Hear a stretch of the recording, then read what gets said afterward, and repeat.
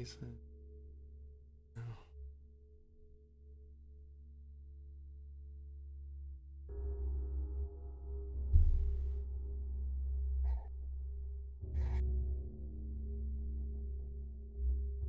There. There we go.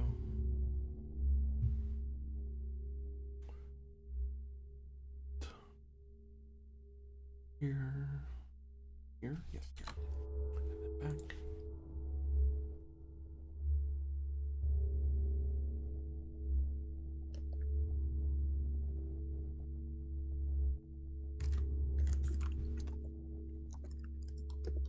So, we start off right away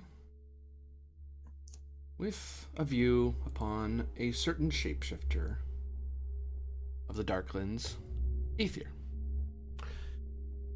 And a day or so ago, some hours passed, you had traveled with your fellow adventurer, Zevin Demeril, to investigate along in the undercity. Well, undercity is the wrong way to put it, but the low city near the canal beneath the great arches and bridges that span the grand city of Corio. You were able to sample some food, learn some things about a certain a certain false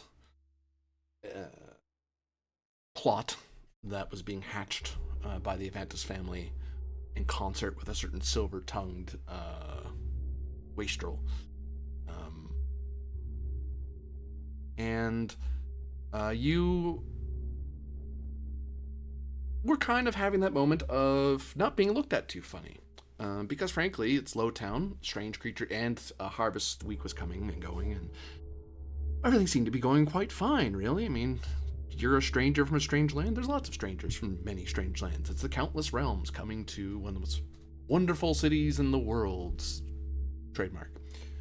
And in time, Zevin just started to head back. It was starting to get dark out. You both had your fill of food, and you really needed to go back to the Avantis estate. But you, Aether, sensed something altogether familiar. You can almost feel it in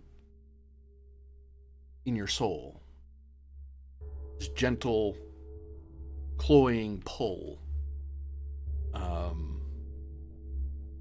That sort of ear twitch you got back when you were in the Darklands. That something was here, something was around you.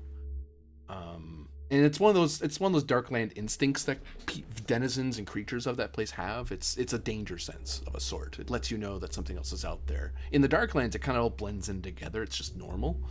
But here, it's strange. Corio is this place of so much stone and engineering. So lacking in magic, like they built it that way. But now you feel that, so this Darkland presence almost sings to you from how it like as if it were in an empty room. Okay. If I'm confident that I would be able to make my way back to the compound where we're staying, and I'm fairly sure that I can, because if nothing else, I could always just, you know, get up high and fly there if I really had to. Mm-hmm. I'm gonna try to follow where that sense is pinging me to, like see what it is, or at least get closer to it. You and I would agree. You would have an easy time finding the Avantis estate. It would be, it's basically going up the hill, essentially, where all the nice buildings are.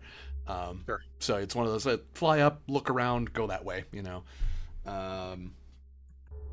And you were given some directions as to how to get there. In worst case, as well, you could always ask a guard, "Where's the Avantis house?" You know. Sure. So give me, I think I'm gonna ask for a roll here, and it's going to be insight's going to be part of it.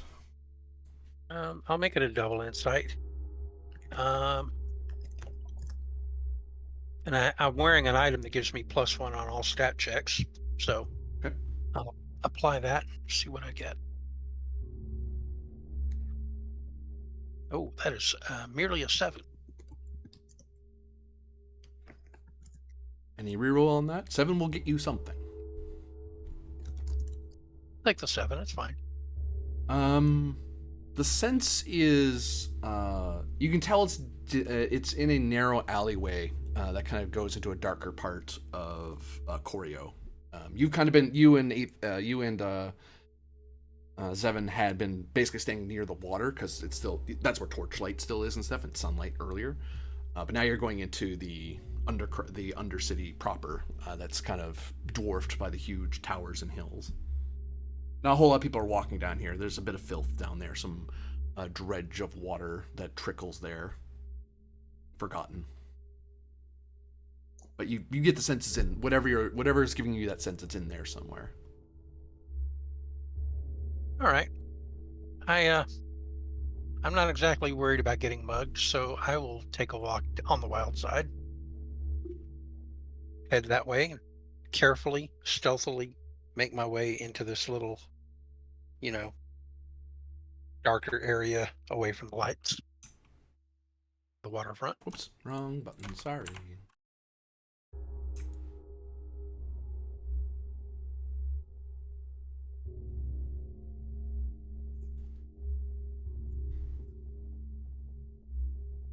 You start walking through the alley. The bustle of the city is loud, and it's so loud because it's a party week, right? It's a huge celebration. Even here in this cloistered place, you can still hear the faint echoes of drinking songs and fireworks somewhere,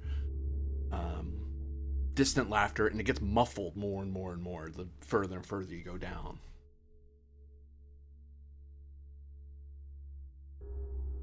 Get my shield off my back and put it on my arm as I walk.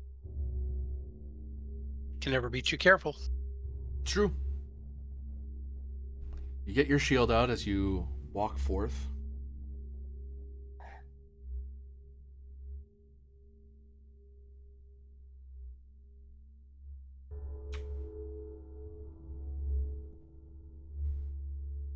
What appears to be at the far end of the alleyway as I get closer? As you get closer, you see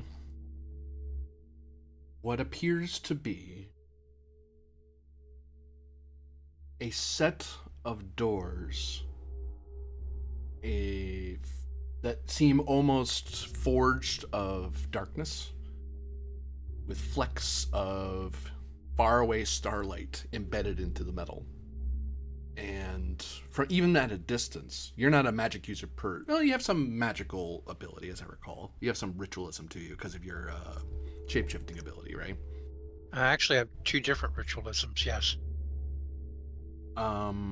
There is a sense of, although you're not a dedicated spellcaster, you do recognize magic when you see it, and you can see here that there is you feel the most basic sense of ritualism. So it's this, whatever this door is involved with, it's involved in such a way that anyone who has an idea of ritualism should be able to interact with the door. You're not sure precisely how, you just feel it. You just know it.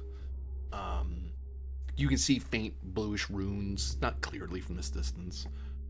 But I'll give you another insight primary roll here as you get closer. I'll give you +2 because you do have you do have ritualism. Right, and it is like inspecting the door itself this time, sure. Mm-hmm. Okay. You have a new clue. Would that +2 stack with what the magic item gives? Yes, definitely. Okay.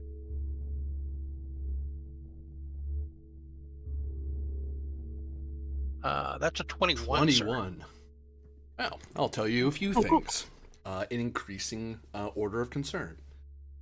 The first thing you notice is the door. It does seem to be a large door that, without even from a distance, you can tell that you can sense that there's a way to open this door. It's sealed. Like there's a ritual that's been cast. This isn't a door that was made so you could cast a ritual to close it or something, or a ritual of unlocking per se. You get the sense that this is a ritual of sealing. This was sealed. This was a normal door. Well, actually, I'll correct myself. It's not just a door. The door material itself is the ritual item. You know how you spend a ritual item to make a thing easier to do? Sure. The door metal is that. This is a seal that you don't think with any amount of physical strength you could muster, you could ever break this door. You don't think if they took catapults and wheeled them down somehow and started lobbing boulders at it, it would ever give. You're not even sure the Dark Lord himself that you were warned of could break this door. It is that powerful a seal. Right. But you notice, with your rather keen insight, you can see trickles of this sort of reddish mist with tendrils of white kind of moving about within it.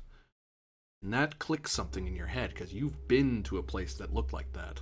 That's a trickle of the Sea of Souls. Yeah, I remember that.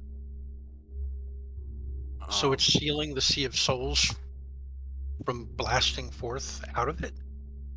Or something in the Sea of Souls is trying to get out?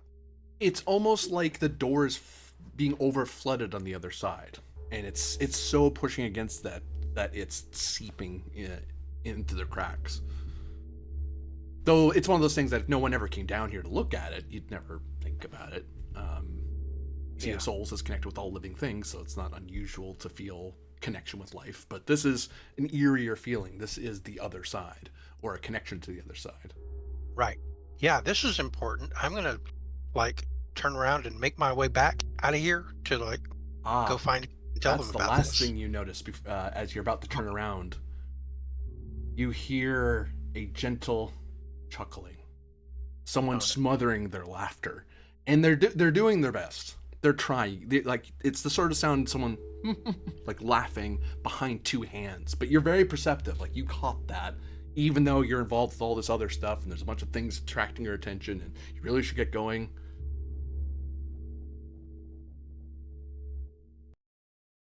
Did the laughter come from the other side of the doorway? Oh no. It's behind you. Oh no. You see the dark sorceress, Morwenna, stepping What is away. she doing here? I thought she was in the Darklands. I'm going hustling after her. You're too late, Magi slave. And she waves her hand at you. You're probably getting ready to transform to either fight her or get past her and away from her, because no. And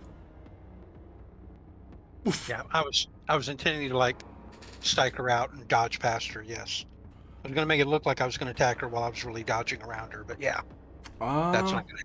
I'm gonna say willpower's part of this. She is gonna whisk you away, but you're gonna make her. You might learn something despite her spell.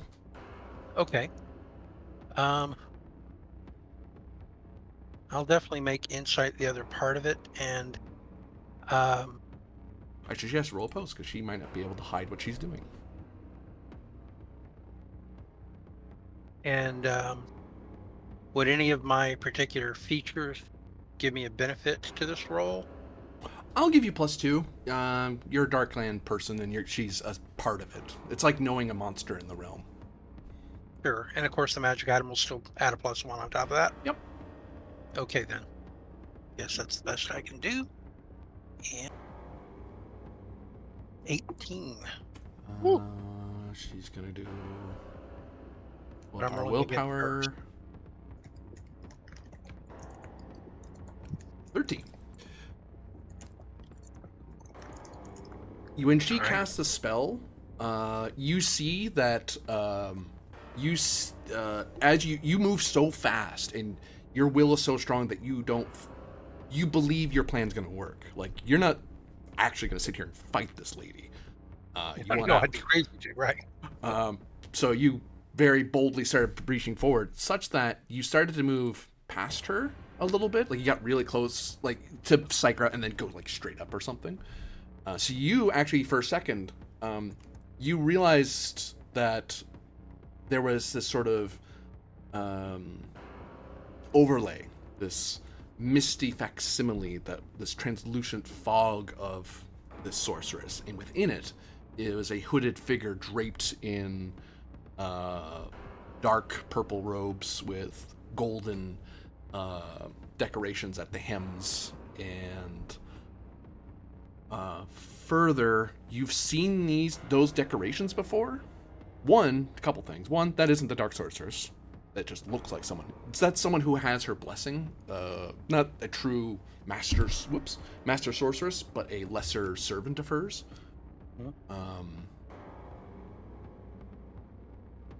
So that's one thing. The other thing is, you've seen those arcane etchings elsewhere in Corio. Here in Corio. On who? On ancient buildings on the higher at some of the temples. Okay, so in other words, the sorceress has a sect or a cult here worshiping her or helping her. Got it. And so one of her minions here is using an illusion of her to cover themselves with a disguise, right? Is that what it seemed to be? That would be an accurate evaluation. And then I'm whisked away. Boom.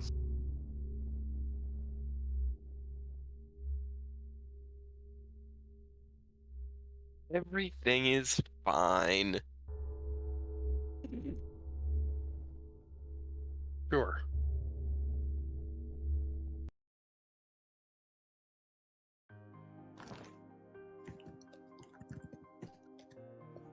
What Lucius? fresh hell am I in now? No, sorry.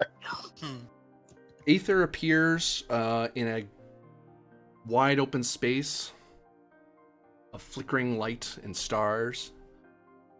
It's as if you're drifting across space itself, the eternal starry night, unexplored and unknown save by entropists. And even they, very few of them have ever actually pierced the sky. And there, you find your feet, Aether, or your bearings at least. Fair. Lucius Avantus finds himself there, as he was talking to his brother, and he's here. With Imbrinius and Vivius rising from the ground as if stirred from slumber.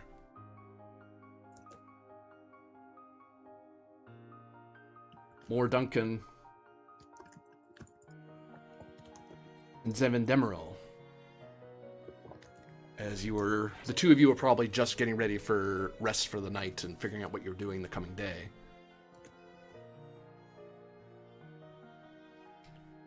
But Aether's standing in the middle of the three of us.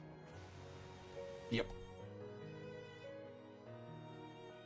Aether, what did you do? I'll just look around sheepishly, adopt that little, if I had, something to put my feet on, I'd be drawing a little circle in the sand with my front toe, right? I'd be going, I was just exploring because I felt something dangerous and of the Darklands, which made no sense in the middle of the city of Corio. So I wanted to go see what it was. And I found it. You're right, that does make no sense. Well, it was there anyway. There's like this huge metal door, but it was like it was made of the stuff of space itself with little stars in it. And it was stealing something. And I believe whatever it was sealed is... Do y'all remember when we took that trip to the other side and we saw the live stream itself when we walked through the live stream? As the yes. heroes of fate, resolute and bold, prepare to delve where flames burn cold. I will note your characters hear this. Into the temple's sacred halls, seeking treasures bound by virtue's calls. The winds of change begin to stir, and in the city, shadows word. I start scribbling it down madly. Aether, the shapeshifter keen, felt something strange, unseen, unclean. In Corio streets a lurking dread, a darkness rising, long thought dead. Are you hearing this, Lady Duncan? The vengeful sorceress in her spite summoned forth forbidden might. With whispered curse and cruel demand, she ripped them from their holy stand. Hello? No longer seekers of virtue's light, now caught in webs of ancient fight. Corio, built upon its hill, hides deeper secrets, darker still. Beneath the canals, beneath the stone, a reason long by time dethroned. The sorcerers of yore, with fire and sword, once sought to raise this sacred ward. Not for I'm scribbling riches, furiously. not for gold, but for a power untold. A force that slumbers far below. The true heart of Corio's glow.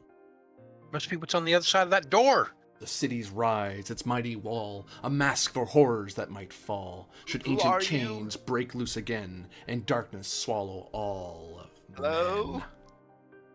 The heroes now no holy quest, but facing peril's ultimate test. I don't To like the mask the sound of that. truth, to break the lie, or see Corio's final sky. I don't like the sound of that. I really don't like the sound of this. The dark sorceress in wicked glee, knows now that fate's no mystery. For where the city stands so proud, a power waits beneath its shroud. And should she grasp it with her hand, the end shall sweep across the land. So rise, O heroes, face the dark, for in Corio's heart ignites the spark, a battle not of steel or flame, but of soul, to break the flame. All now that you shut up, show yourself so I can kick your ass. Seconded. I'm just scribbling madly to make sure I don't miss any of it. Should I make a test to see how well I do at copying it down? You copy it with perfect accuracy. Oh, you. And then I'm like, okay, who was that? Looking up and around. I call upon you from the library of sleeping memory to look upon you on the other side of fate.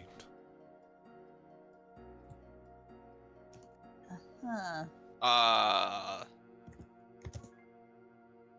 The Library of Memory. That sounds familiar. That was a place we went to once. Wasn't it in that that ruined city in the Darklands?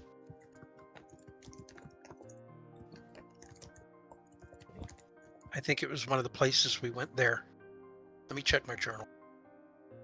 This library of sleeping memory has been crafted into song in a land you will never know. And from this library, untold stories and songs are sung. Of midnight secrets, of faraway stars, of your fate. Perhaps the destiny that awaits. So are you some kind of librarian? In a sense. But more a scrivener, a storyteller. The narrator? At times. So why are you only talking to us now? Is it something about this place where we're at that makes it possible? You stand upon a threshold from which none should break.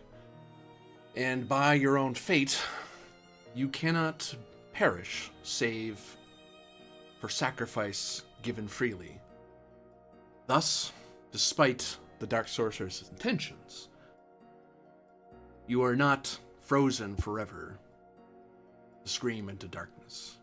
Instead, still embedded among the stars, or more accurately, within stone. Wait, we're all petrified? Within the door, right. The door looked like space. And I'm trying to look at all of you like like a light bulb went off over my head. I'm like, we're trapped in that door I found. Okay, now we got two people talking nonsense. If you listen closely, you'll hear the songs of the city, the murmur of a city sleeping. But you'll also hear the chanting of the Dark Sorceress, who will use you as sacrifices to force this gate open and end Corio and all that it remains.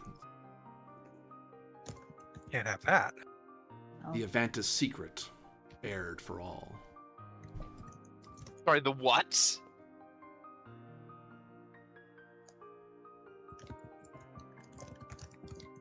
That tracks. Yeah.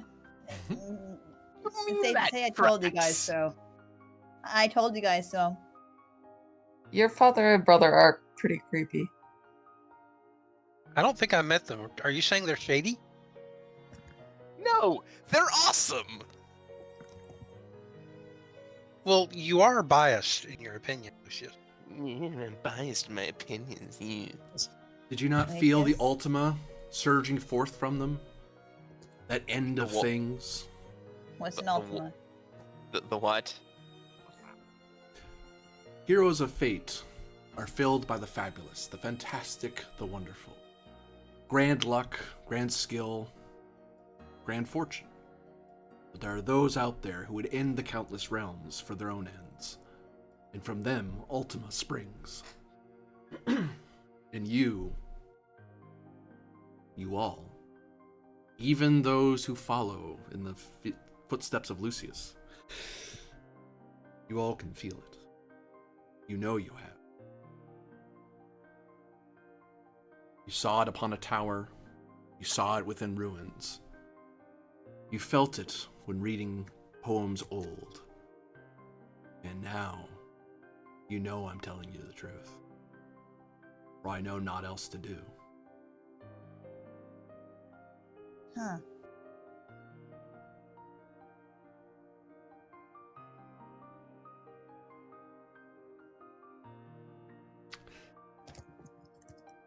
I would advise you, for your own soul's sake, and for the time that ticks away, that you rid yourself this forgotten gate. But perhaps not in the direction of the chanting, unless you wish to revisit a defeat most lasting.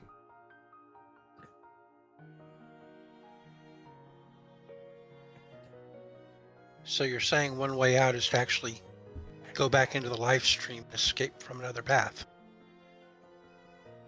That might be safer.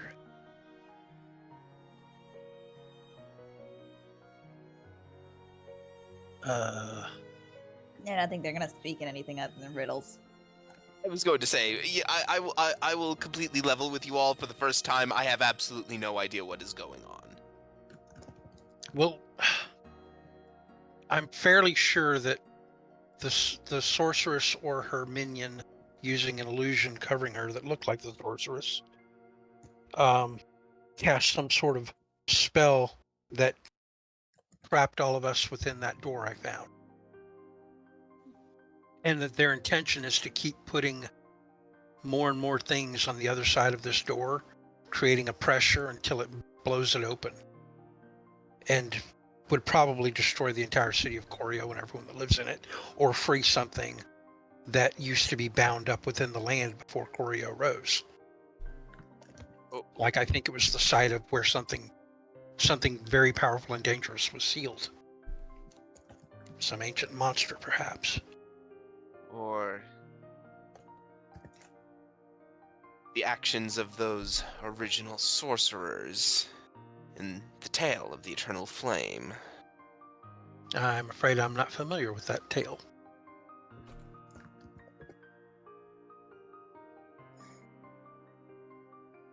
Long ago, there were sorcerers. Was it sorcerers or a sorcerer? There were many sorcerers that day. An army unlike any today. They attempted to destroy the city with a grand ritual. The city prayed to the gods, and the gods answered and prevented the ritual from reaching its completion. Well, I think this door I found must be the physical remnant of that ritual that they attempted. We need to get out of here. Agreed. How do we do that?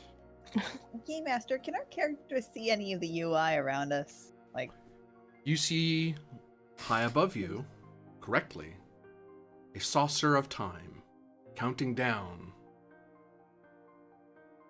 your final end. uh-oh. Uh-oh.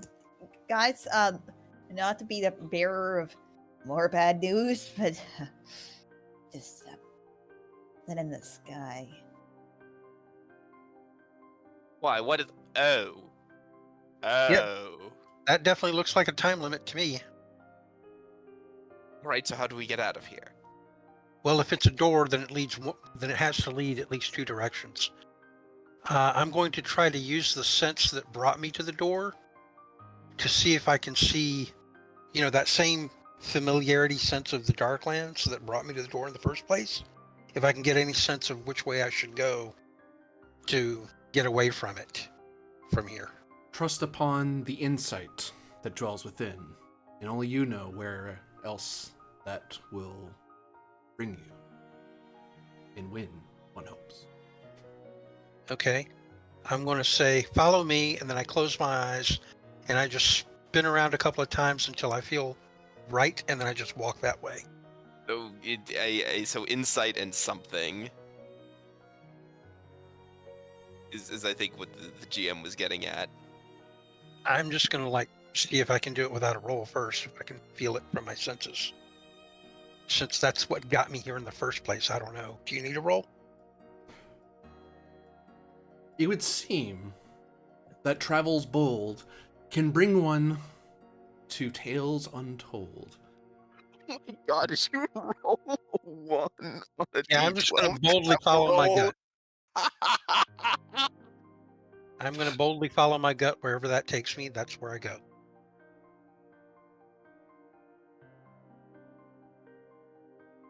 I think you got really lucky.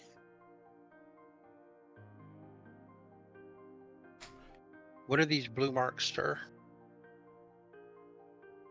High, or perhaps not so high from your point, hovers there runes that were hidden there. Here plain in view, yet unfortunately, not a language many knew.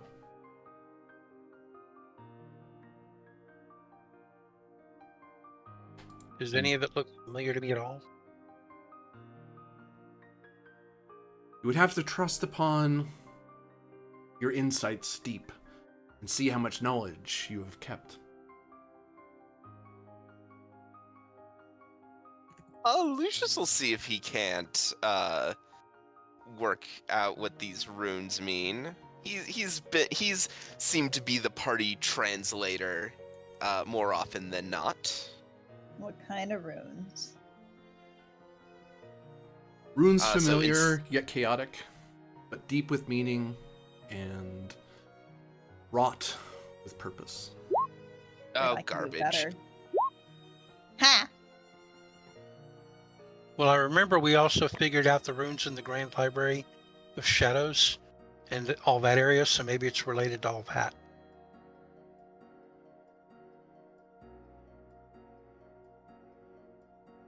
Do any others aid Lucius in his stares upon the floating runes? If that 15 is part of an assist, that at least gets me to a 7. Yeah, I would help too. I'd help by consulting all the notes I've taken previous journeys in my journal. Oh yes, I forgot. Try to help. Man. I have to roll a thing. My boys are now at 1.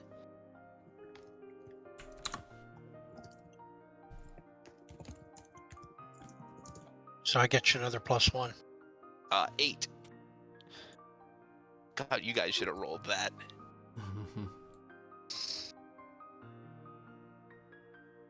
Listen, he's just shaken. Because he was in the middle of psyching himself up for a big talk with his brother. Mm-hmm.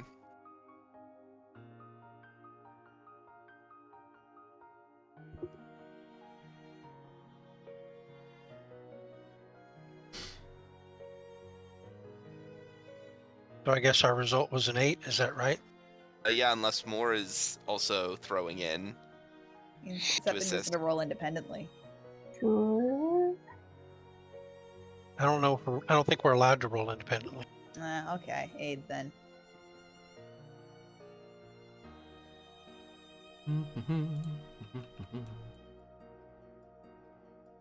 Corby, do any of these symbols look familiar to any of the things that I'd copied down in the books? From all the- geez. oh wow, that does look familiar.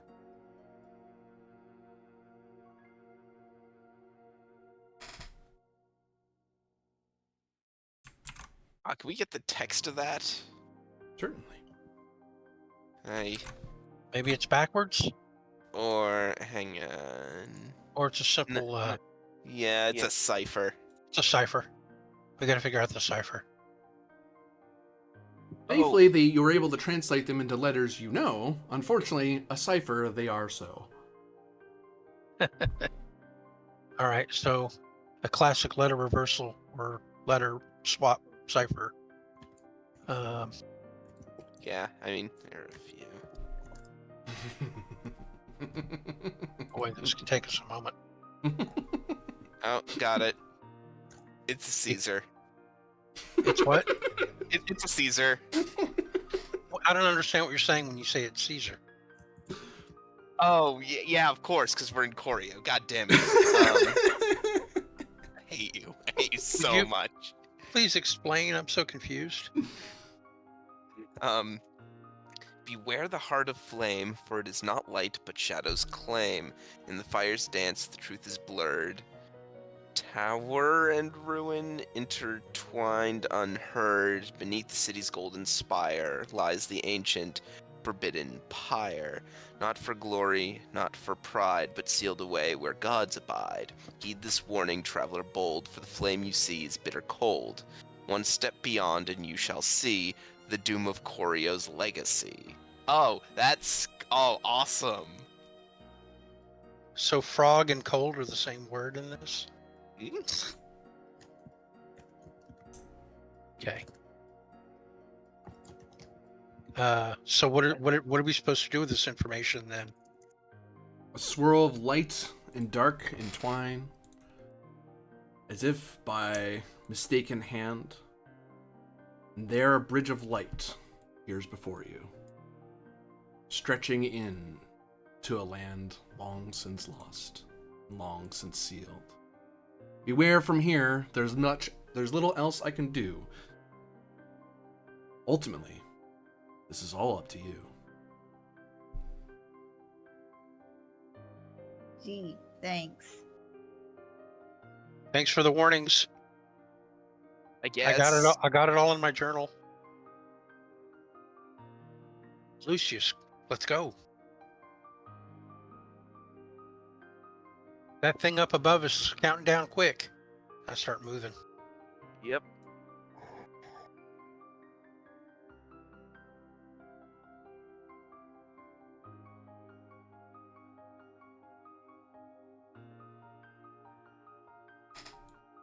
And no. The fact that the word frog is in there has nothing to do with it. This is a kind of cipher called a Caesar cipher. Oh, I've never heard of it.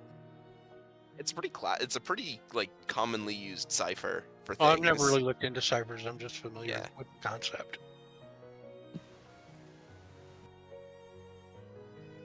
Yeah, I know a Caesar cipher in real life. Or Duncan yet remains. I will walk through to follow.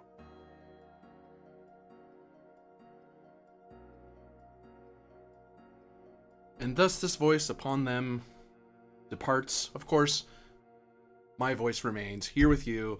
I'm A.D. Springer, also known as Corbinian. This is the Electric Metropolis video game tour. And as you may have guessed, this is yet another episode of Fabula Ultima, the castle that would pierce the sky. The horizon, I should say. And, well, into a new adventure they go. Hopefully, I gave them as much help as I could.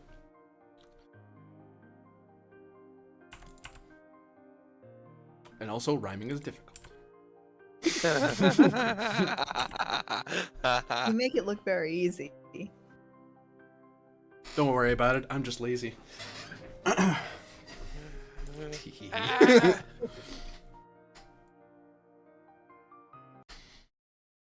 was fun. So, well, that was it, everybody. No, I'm just kidding. I'm just saying that was a really cool opening. I enjoyed it. So, You all cease to hear the voice from beyond, speaking from you in a forbidden or forgotten gate.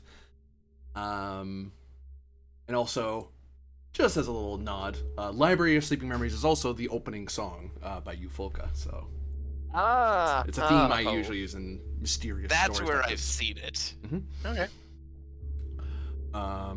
Also known as Wingless Seraph, but currently knows Eufolka, has both names. But anyway, let's worry about why you guys are running out of time and maybe perhaps how well you'll get out of this mess. So, you all pass through, or into, a chamber. It is as if you are... It feels as if you're passing through a red fog, with the motes of silver light drifting past you. And you can feel every breath is full of flowers, the smell of pies.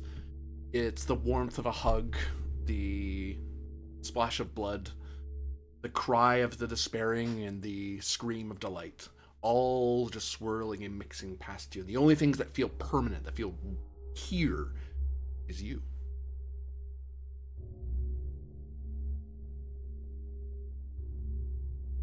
This Is is this- freaky. I was going to say, is this not unlike that one that we, that chamber within the live stream that we met Alexander Eckhart's High Priestess in that time? She was of his Order. order, right? And she saved us once, or saved one of us from getting lost in the live stream. Is this that same kind of chamber, Corbinian? It feels very similar, but far more immersed. Where you guys walked, you were walking along the ocean. Here, it's almost like you're underwater. Okay. Would I be able to figure out a way that I could use a ritual or something that could get us to the beachfront and back to reality from here? You'd have to go back the way you came. Oh, I don't want to do that. What else seems to be so it's just us that's the only thing that seems remotely tangible to us is each other? Oh, there is one other thing. Now that you think about, now that a thought of the shores came to mind, you see the Black Gate. Except you're on the other side of it. Does it look like it looked when I saw it before? Different angle, but much the same. Okay, I'll just kind of walk over to one side of it, put one hand up high, one hand down low, and say, "Behold, the door I found. The other side of it lies Corio. See? Look, little stars in it." Lucius will examine it. You thought I was making it up, didn't you?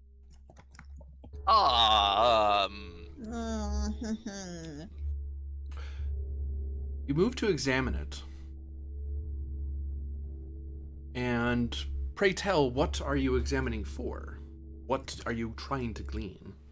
Any particular notable designs on the thing? From what Aether has described, it sounds like we are on the other side of a door that Aether had previously described to us. It would appear to be as if the night sky itself were embedded upon stone and wrought into a gate and have runes embedded deep. And at your proximity, you can perceive a faint sound of the city and a sort of much more stranger still, a chanting, forcing its will. And many eyes peering upon you and listening still. Wait, they said don't go to the chanting, right? Yeah. That's what I remember.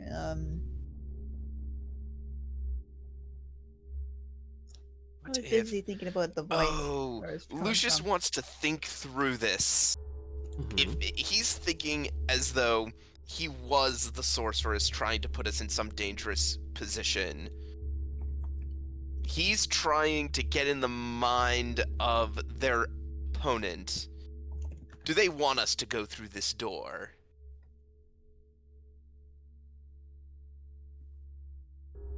By taking the obvious thing that's right in front of us, we're making the bad move.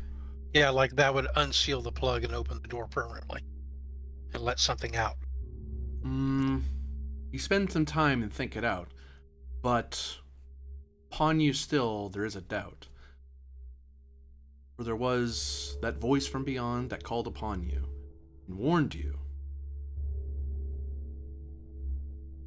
that you were meant as sacrifice, and that fate you have defied by Fabula alone.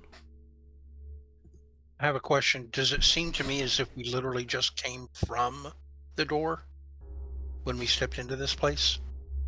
As in this is what we escaped from? That's what it feels like. Like, as you think back a few moments ago, the details were lost upon you but now thinking upon it, it is that feeling you stepped forward into that light, and then from into this place you've discovered your plight. Yeah, we don't want to go back that way. I don't. Agreed.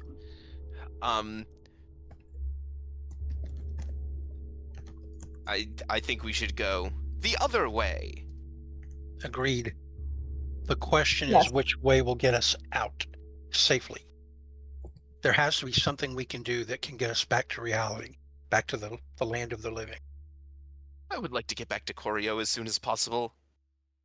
Well, depending on wherever we're deposited from the live stream, like I currently have no idea where we would be deposited. Hopefully we'd be somewhere near Corio, but just getting out alive would be good enough for me right now. Yeah, life's good enough. Evan, Moore, do you guys have any idea of a way that you could think of something that could navigate us through the live stream? With any of your... I can give you a one-way trip there, but We're looking for a one-way trip back from there. yeah. I have a gun. Seven's gonna go dig through her pockets and see if she has anything on hand. Oh, look, it's the perfect thing. I just happened to find it when I was shopping last week. That's So I guess we're gonna continue on this way. Does for now. Well, hopefully everyone will come along, but yeah.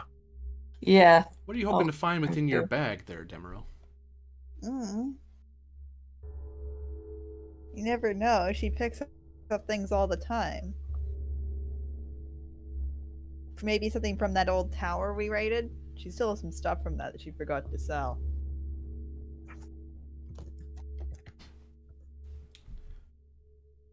And from out your bag, you find in hand what appears to be a tuning fork, etched and carved by hand.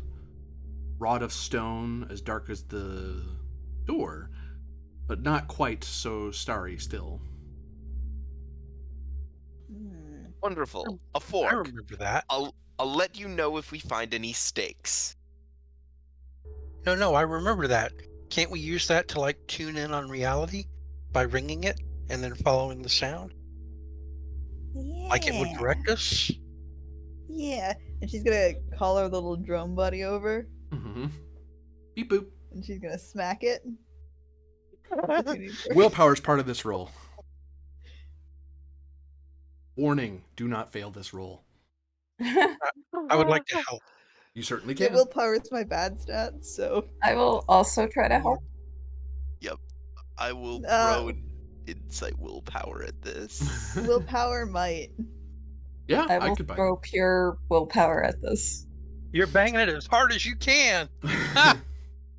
Pure concentrated force Oh, of will. Hey, I help. Oh, there we go. That was the help. I also help. Oh, I closed what I needed. I also helped. So that becomes a 12. 12, you say? 2 shreds, you say? I mean, To shred, you say. Classic. Let me see if that's enough. I think 13's the next tier. Over 10. It might be a short, but I'll find out. You may need to spend a Fabula and re-roll that D6. 'Cause Well, I that mean, we've D6 got is people. about as good as it's gonna get. We're swimming in it, so we may as well, right? You're swimming in the sea Yeah. of souls, but I get what you mean. Yeah. But tis. Yeah, you have four Fabula, and somehow failing that, you also technically have all of my Fabula as well. Yeah, I'll spend a Fabula, sure. To what trait? What aspect of yourself? Mm, rough and tumble. I'm getting out of this. It might not be pretty, but I'm getting out of this. I'll take it because you used might as one of your roles. There is a certain sense of like Yeah. you're having to use sheer force to make sure you don't do what you're Anger about to do. also would have been funny. Yeah. Yeah, anger also works. You She's hit pissed. it even harder. So you have a 7 on a D8 and a 2 on a D6. I presume you only want to roll the D6, or do you want to Yeah, reroll both? can I only reroll one, or do I need to reroll both? You can reroll just one. All right, I'll just reroll the will. That's 1d6. 7 plus 2, the exact number. Would you like to spend again? Sure. I'll take that. And now she's angry. Now she's angry. Angry. Oh God. Too angry, it seems. Do you want to try again, or are you going to suffer the consequence? Keep going. Keep going. Double or There we nothing. There we go. There you Jesus. go. You still failed. That I'm was- just kidding. You move to smack the your drone with it. Not like super hard. You're just trying to get it to ring. And then all of you have this ping in the back of your minds of, and everyone just says stop. And Zevin, you have to pull. You can feel the burning along your muscles. That's how hard you have to basically muscle yourself to stop. It hurts as you realize if you ring that, this isn't that artifact. It's something else. You don't know what it does. If you ring it, you get the feeling something very bad's gonna be summoned. Oh, On the plus side, you Oh. now know it's a tuning fork of summoning. Summoning Whoa. of what? You have no clue, and you get the feeling you really don't want to right now. Not here anyway. Good. Awesome. okay. Wrapping that in cloth and putting that back in my bag. You can also add on it's a cursed tuning fork of summoning, because that will matter if we look it up Cool. later. But hey, you Okay, avoided the I- curse, because the curse tricks you into thinking it's How'd that- useful. Right. How'd that end up in my Oh, bag? that's so funny. Oh, Okay. that's so good. That reminds me of something though. Since you dug in your bag and you pulled out that tuning fork, which turned out to be cursed, I'd like to dig through my equipment and take out the where is it at? It's actually in my backpack, sorry, but I have Oh, the the true map. map of the countless realms incomplete. Ooh. I'm going to pull out my map and see if I can locate where we are on it or how to get to someplace on it from here. What a map's good for. I will call upon you an open roll of insight. The map is a lot more zoomed out, but you can study that particular part of the map where Corio is, and perhaps you'll learn something by studying Okay. the map in detail. I'll do a double insight thing. I will assist. As you all start huddling over the map. Yeah. All right. Meanwhile, little drones Uh, beep booping away like, I don't know what's wrong. Why did everyone freak out? 'Cause I'm a drone. I don't know what's wrong yet. Nearly banged Yeah. that thing right over it too.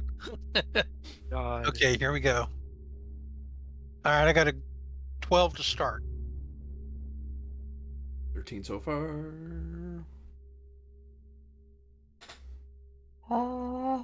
It was a 10 and a 1. Hey, I'm helpful. 14 so far. or 14. I got a 12 for the base. Yeah, because one from Lucius, one from Moore. Yeah, 13, exactly. 14. You can almost. Even with almost another plus one, that. you'd get to 15. You need to get to 16 to hit the next tier. So, That's fine. That's That's fine. good. you Oh, we got it. 15. I will say, Jesus Christ. I will say unto you, the map, as I say, is primarily an overland map. It's very bad at detailing specifics, but there are as you lean super close and close one eye and you're practic, and you do have to move it away to let people see it because you think, what does that look like? What does that look like? Let me look at it again. Actually, you know what? If someone's willing to burn 2 inventory points, you can pull out a magnifying glass to put you over the edge. I'll do that. So you take out a magnifying glass to get even more detail. In each little hex of the map, there are tiny hidden details etched in very fine pictographic runes, which require some level of guesswork because it's ancient text. But you're getting used to reading ancient text a bit, and between all of you, you can make some guesses, some inferences, and you're also kind of prepared for a possible cipher.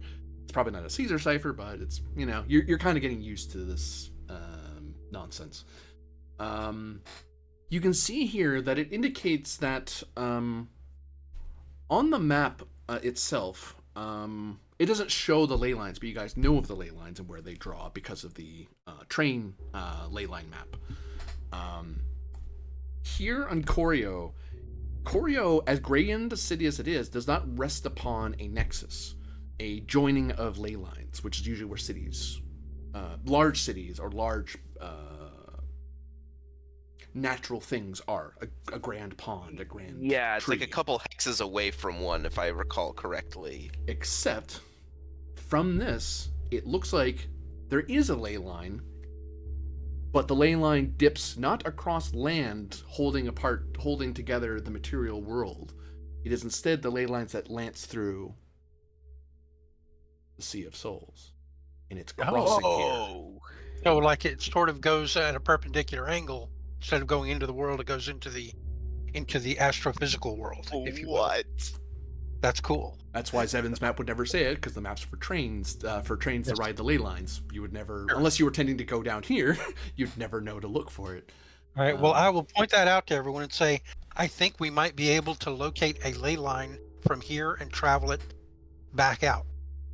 Like, oh, you see where the line goes. You trace it out. Goes. Oh. Right to the door. Yeah, goes something like. Please don't to the. Where does the other end of the ley line I was gonna say, what about the other end? Got to go somewhere. Yeah. Goes. As you all glance out into the mist, and it starts to thin and become hard to. Because it looks like you're in an eternal fog. It just kind of extends forever, except as you kind of look, you're kind of all looking around like, where's this ley line? The fog at your feet is incredibly thick, but according to the map, you know where it's pointing to. It's pointing this way. But as you look ahead a bit, you can see the line itself. Cool. So, does this line intersect with, the regular world at any point? Yeah, that way.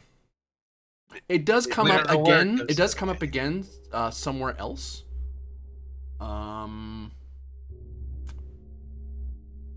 And with the roll of 16, I will say to you, it points to the northeast. But beyond that, it's hard for you to tell because you're looking at runes that don't make sense to you. Like, the ocean tiles seem to have their own special indicators, and it gets harder as you're following. You kind of like, well, it must be a line. They usually maybe it's in the ocean, maybe it goes all the way to the Darklands, maybe it goes all the way to the Isles, maybe it goes all the way to the Wild Valley, in the Wild Magic Valley in the far northeast. It's hard to tell, and if you could sit there and study it longer and perhaps figure it out, but yeah, if you're willing to lose 2 wedges, you'll know where it comes out. Or we can just go. We can just go. We don't have I think we should just time. go. I think we're under too much of a time crunch. We can figure it out when we get there. Well, the good news is we'll find out when we get there. Everyone move. Yep. And the important part is we'll be alive when we get there, right? Right, everybody? Correct. Vibius, we will be so alive. Vibius looks like he's about to say something, and then Brittany just kind of slaps him over the mouth and gives him a look, and Vibius holds back the smart remark he was going to say. Again, I'll hold up all things as they should be. I will wait and bring up the rear so I can guard whoever's in back, in case if something strange happens. Any further examinations by Zevin or more? Yeah, no. Anywhere that's not the weird, scary void is all right with me. Come on, let's go.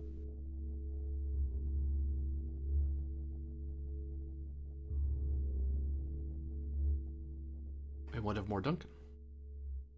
Yeah, I'm coming along too.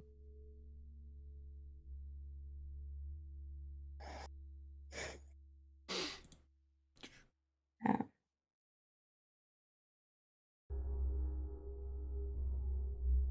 Aether will adopt a protective pose behind Moore and Seven as we travel.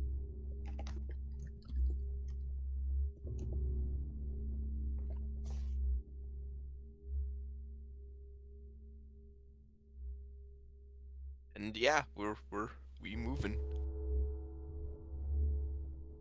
Oh.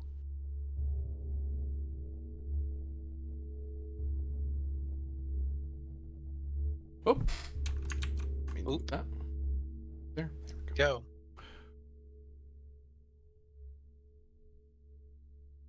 As you follow the ley line, because now you get the feeling as you're walking along this, you really, if you wander off the path, you get the feeling that it'll be a travel roll in and of itself to come back to the line, because you'll get lost if you just wander off.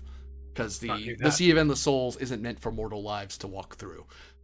This ley line's kind of the only way you know the way to the outside world. And as you progress along that line, as it gets more powerful, and you feel like you're going on a decline. Like it's a downward, which is weird because most ley lines, they do go up and down. I take that back. Ley lines do go up and down across the topography of things. But this one's going down, like you're going down a deep, deep valley. As if you're walking under to the depths of beyond the countless realms.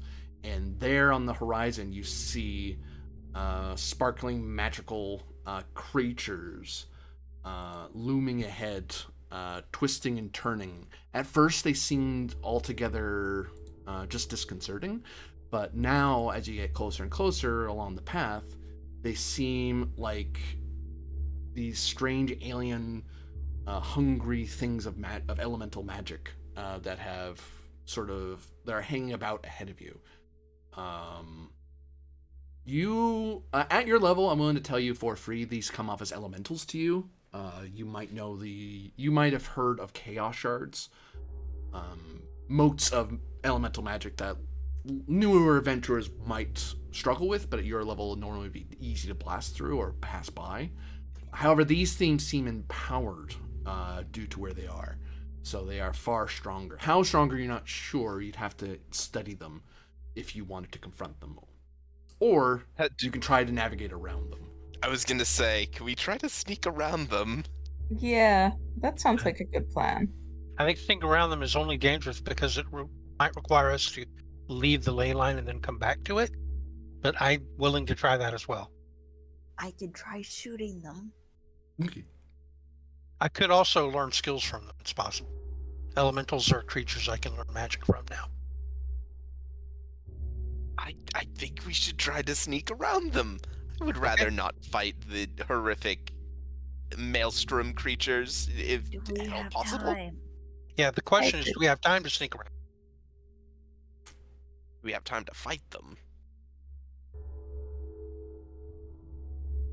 Mm. Let's take a quick vote. All in favor of sneaking? Lucius raises his hand. Moore will raise the hand as well. I'll shrug and raise my hand and say I'm willing to sneak. Okay. All right. Sneaky time. I mean, I'm willing to fight too, but I'm also willing to sneak. So one's leading your troop. The rest are assisting that person. You're looking at Dex as part of it. As you start walking off the path and trying not to get too far away, but also trying not to draw these things' attention. Mine is a D6. You don't sorry, wanna not lead. D6. Sorry, D10. Oh, well, then you should lead. Does anyone have a better dex Not I. than that? I have D10. Okay. Whoops, I keep grabbing the wrong thing. You're in the map layer. No, maybe it's Go back. T8. Let me check. And I was gonna ask, do you have anything that assists you in this kind of a thing? Because I know you just picked up the thief one, or is it rogue? I keep forgetting what it's called Rogue, in this. yes. Also, I don't think I upgraded one of my dice when I hit level 20. Anyways, never mind. I have something that'll get me out of the scenario, but it'll get me out of this Okay. scenario. Keywords Right. on me. Right. Okay. Okay. Thought I'd ask. Well, I'm willing to help you be stealthy. So Okay. I'll roll dex then, because I have. Oh wait. Okay. Okay. I'll roll it.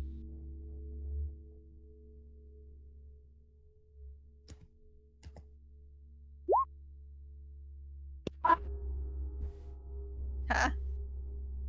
Is that our first crit in a while? yeah, but that's good. That means we can like. I got affect one block last and time. everything. Great. I still roll for them, so you'll want other people to. That will be a critical success if it beats what they roll. Hmm. So Can I other use people will any still other want to stat assist. along with Dex? Hey? Okay, just making sure I'm allowed. Oh no, say again. Sorry. May I use another stat along with Dex? Oh yeah, definitely. Dex is just part of it. Okay. Yeah, I rolled double dex just because it's good stats for me. I do not help. I tried. Aura I tried. tried. Zevin tried. Who knows if Aura tried? And I rolled the dice. I presumably- pressed the roll dice button a little too lacklusterly. It didn't work as well. And presumably more Duncan as well. I shall attempt.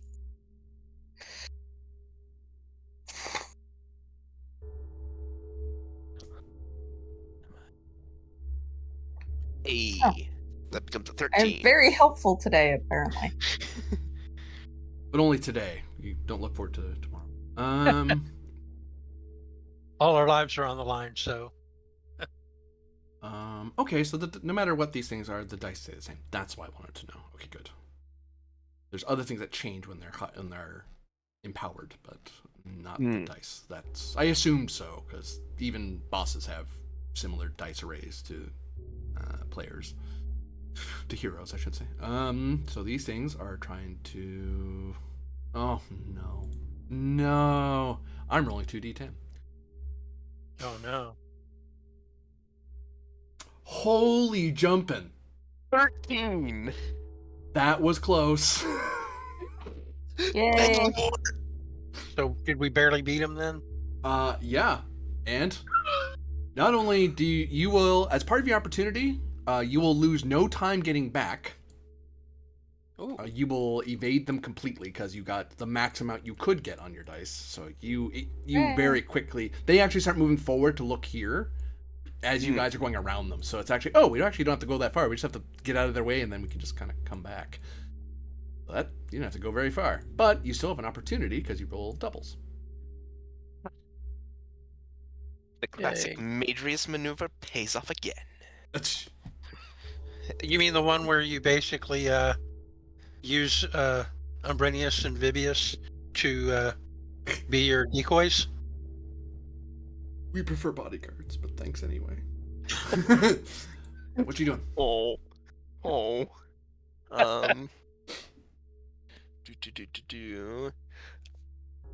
Do we? One thing I could do is I could fill up the clock again and give us more time. Yep. That's a ticking That down is one clock, thing you yeah. can do, yeah. Huh? That seems like a wise thing to do. Yes. Sure.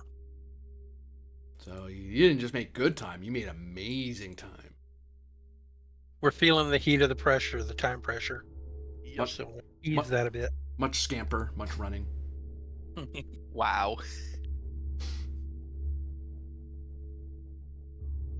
All right. When we get back to the ley line and the creatures are far behind us in the proverbial rearview mirror, I'll scamper up briefly and say, "That was a great job." was a bit close, but I think we're getting there. No, no. Wherever there is, we'll know soon enough. And I think we should continue onward. We have very little time to lose. Yes, agreed.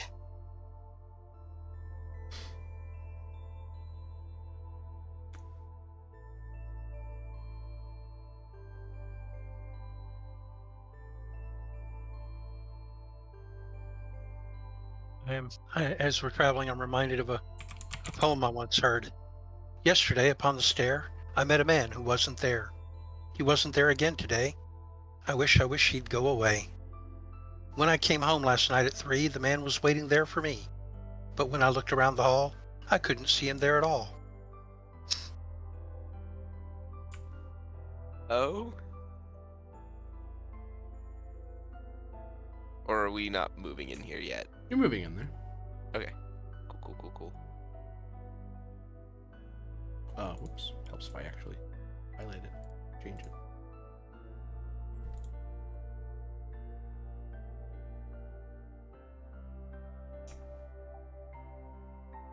Oops, wrong thing. That button. This button.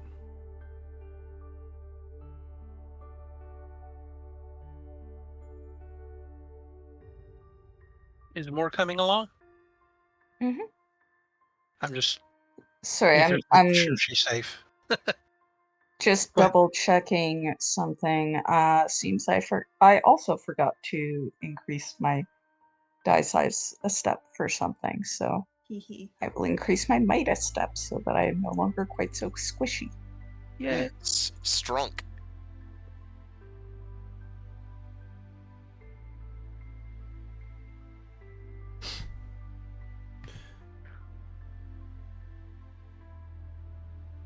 You are stepping forth into what appears to be a rather expansive chamber that is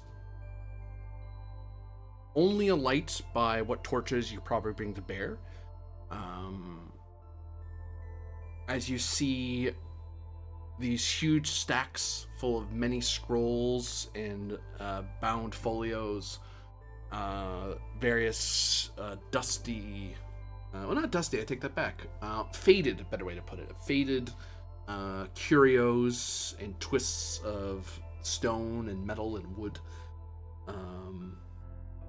But there, as all of this around you in these stacks are filled with so many things that would take some time to sort through to see if there's anything useful, there is one thing that that was purposely put upon a dais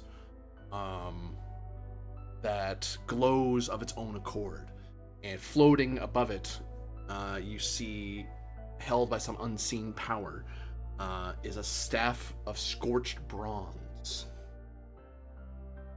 Does Lucius recognize this staff? That is the staff of the Sorcerer King, the last king of Corio. Oh, I thought Corio Oh. had no magic. this, I presume, as Lucius is probably assuming, this dates back to, I presume, to not only when Corio had magic, but when we had a king. Yep. Yeah, there's a reason why Corio doesn't have magic anymore. Oh, is it gonna- something like the guy got backstabbed a bunch by all his closest advisors? No, that's yet to come. I'm gonna poke around at some of the scrolls. Are you Why willing did to you look at spend? me when you said? Why did you look at me when you said that? Do you wish to spend a wedge of time to search this place? It will No, take time. I think we're too pressed for time. I'm just gonna be nosy. I will say I would upon like- you, Lucius, one of the things is that, and you can correct me, you know more of Corio than any of us, but from some of the stories we've told, Corio was not a place of sorcerers bold, and we had the story of the Eternal Flame, which made it sound like sorcerers from afar, like an army, unseen, attacked Corio But is it perhaps better still to say that something else happened that day?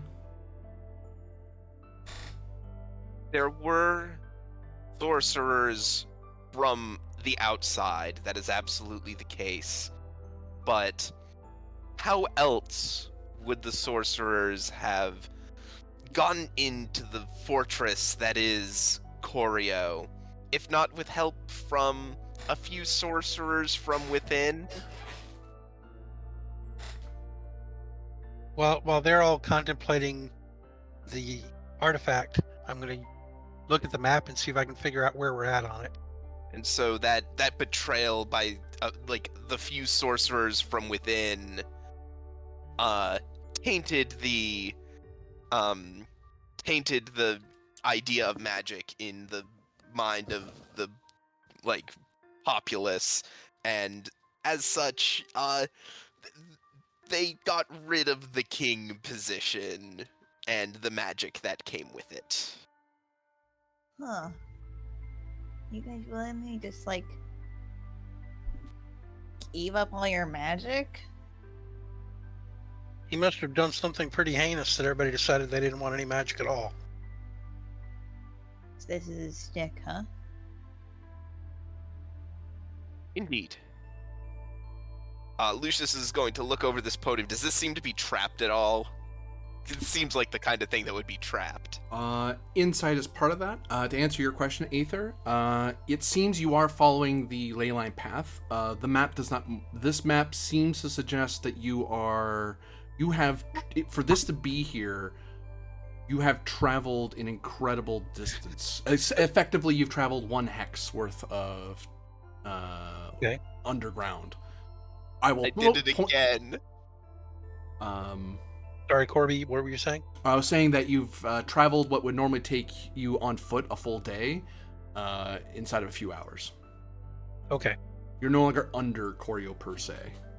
So we're like in one of the hexes around it, nearby. I would say better yet that you're a hex below it.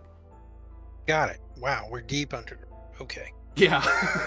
I will let everybody know that while they're looking over the artifact. Oops, I closed it. I almost closed it. I did it again.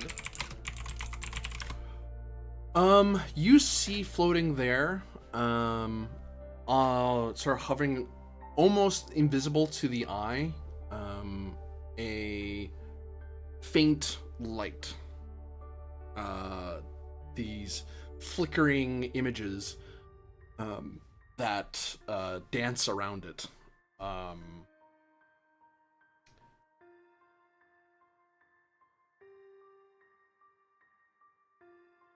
And you see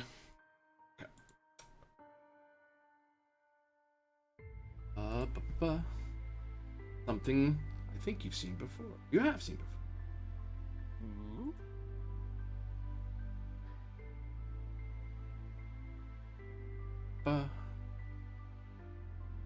Just getting this. Oops! I just don't want to get this puzzle wrong because I'll screw you up pretty bad if I do.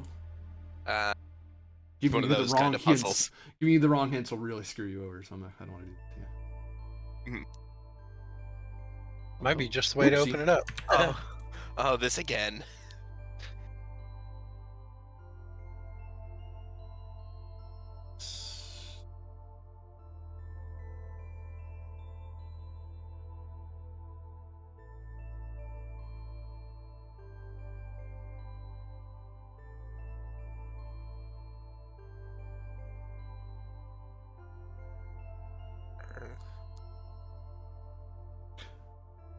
These ones, whereas the rest of the room and even the scepter itself have very ancient Corio leanings. These markings, you see basically 4 types of runes kind of floating around, repeated over and over, but there's basically 4. These ones are of a more modern school of ritualism. Which indicates a magic user of today put some sort of magical barrier in the way.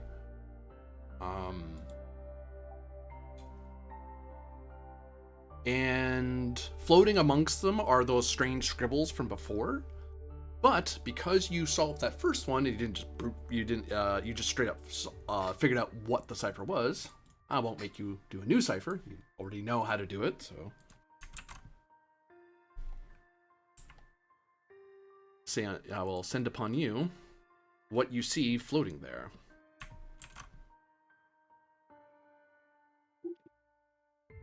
In theory, assuming all goes well. Okay, give me a sec. Okay. Are the elemental symbols etched into the rock or also floating? They're floating. Okay. Torrent. From chaos to calm, through the torrent to the heights, only in balance does the path reveal. Awaken the power, seal the deal. Wait, where was that at? Corby just sent it to me in a DM. Oh, got it. Okay. Here, No, I'll that's copy fine. it into the I'm main. perfectly fine with it just being for you. From chaos to calm, that's fire to ice, through the torrent, which is the wind, to the heights, which is the mountain tops, I presume. Only in balance does the path reveal. Awaken the power, seal the deal.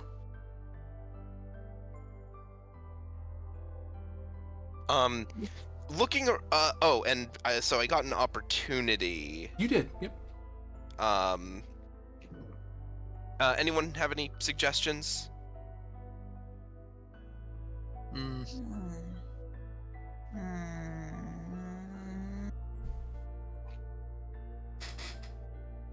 Information, perhaps. I was thinking information would be good too. Yeah, I'll take an information. I think I've got the first half of it, but the second half is what I'd appreciate information if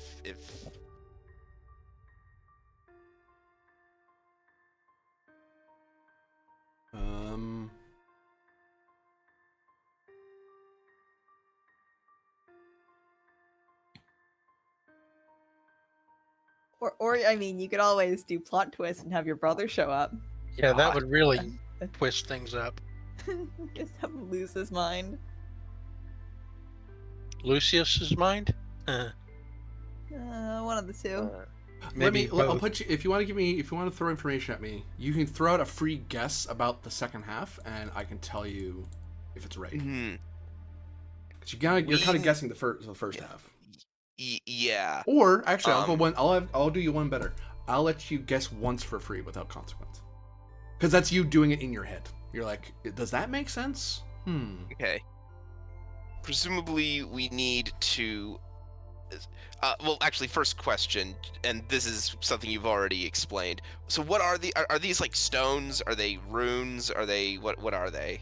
There are runes see the floating, icons. surrounding and swirling around the staff. Like as you walked up to the staff to see if there's anything wrong with it, you saw a bunch of runes spinning around it, almost invisible to the eye. It's only because you were looking for them you noticed them, and you also noticed the weird scribbles in the air, which you translated and then quickly unciphered. But it's all Okay, like magical, arcane sigils that are floating in the air. There's like 50 of each of them or so, like floating in a random order. But very quickly you can go, well, there's only 4 symbols and they just repeat. Okay, so do these symbols look like something I can touch, or okay? Do I get the impression that we need this staff in order to leave this place? That can be your information if you want. I can answer that instead. Okay. Only in balance does the path reveal. That's the thing I'm trying to figure. Only in balance does the path reveal. So I assume what that means is that in order to get at this staff, we need to do these in the right order, or I hit them think all so. at once. I think that's what it is. We have to get them in the right order in order to find balance. Is that what it means? Yes, it is a sequence. It is. You're looking for a correct sequence. You don't want to touch more than one at a time. Okay. Chaos to calm. Yeah, it feels like fire, air, earth, ice. Or I'm reading Maybe fire, ice, air, earth. Yeah, maybe you're right. Chaos to calm, and then what? Torrent, like a Right. storm. Like I didn't have it in front of me, but yeah, that sounds right. Torrent The sounds height. like water. Hmm? Torrent sounds like water, like rain. Yeah, but we don't have a symbol for rain. We have one for air. We have There's one for water, fire. though. Yeah, but that's not one of the ones that we're looking at. We're looking at the symbols for air, fire, earth, and ice. Uh, So the torrent has to be air instead of water. the one I'm looking at must be fire then This instead one, of. that's fire. Yeah. That We one's made fire. that mistake The last time. color I throws think. me off every time. Yeah. Yeah. I think we made that mistake last time too. Yeah, but no, that sounds to me then, and not only that, but a balance would have the two in opposition to one another, balancing each other out. So it's probably fire, ice, air, earth. Oh, so yeah, Lucius touches the fire. You touch fire. 1 second. Uh-oh. You touch fire. You touch one of the, like, you see a bunch of them, and you're like, one of these is fire, one of these is fire. You reach out with your hand, and you feel it. You feel your fingertips warm for a second, and then notice all the fire repetitions start, they burn to life and start crackling. But you don't hurt. It doesn't hurt. It's just, it seems like the first clue is correct. Then ice. You look On the opposite side. On the opposite side. over to ice, and ooh, that's really cold. And then as you pull your hand away, you notice that because the fire is there, it melts and turns into swirling water. Oh, Oh. of Created course. a balance. What was next in the list after? Torrent. So wind will turn this water into a torrent. Yeah. Can you touch the water symbol that they turned into? Well, Or no? The ice is what turned into water. Gotcha. So you're- touching air now. You reach out, and you feel an intense breeze, and it forces the rest and frees the rest of the spell all at once. And the fire lashes out, and the water lashes out away from the seal, and then it reforms itself. Unfortunately, the rest of you are able to dive back away as this happens. Lucius, unfortunately, you were way too close, so you take 20 fire damage and then 20 ice damage. Guess what? I'm resistant to fire damage. Oh, and 20 wind damage. Oh, God. awesome. Wow. Hang on. So that is 60 total. no, 50. Minus 'Cause I'm protection, resistant to the fire. Yeah. Oof. Do you want some? Ointment for that burn? Yes, A please. I remedy? am in crisis. Ow. That's the thing. Here you go. Destroys him. And I will use my class ability to spend a trade point instead of spending the inventory points. Oof. Yeah. Is your Well, hand- we're on the right Wow. track, obviously. Maybe you should write down so that we can all see the cipher that you deciphered, so that we can help. Yeah. Because it started off well enough, but something went wrong. Yeah. You don't say. Ow. You heal 50 HP. As you're handed a Cool. remedy. Or more dungeon could be more forceful, just yeets it at you and blast. You heal. No, Other I pro- hand it to him. Thank you, Well- Lady Duncan. Final Fantasy Ow. Tactics healing. Crash. Ow, why are you throwing potions? Oh, I'm okay, but ow though. So I These get the two distinct look impression that I fine, did it so wrong what about then. this one instead, and then that one? Guess so. Like 1, 2, 3, and 4, because it didn't blow up on the first two, so I have to assume the first two are correct. Right. Which means there's only one permutation left. Unless there's more going on than we understand yet. But True. hopefully you're right. Oh yeah, there was a fail, so time ticked by. Oh dear. Yeah. But yeah, unless you want to do that, Lucius, I'm gonna give my hunch a try. If you'd like to, I believe in you. Ow. Ow. I'm just going to sit here. Let me. I'll do it. 3, I'll 4. follow Morse directions, and I will take the brunt of the damage if it goes off again. However, I take my shield out just in case.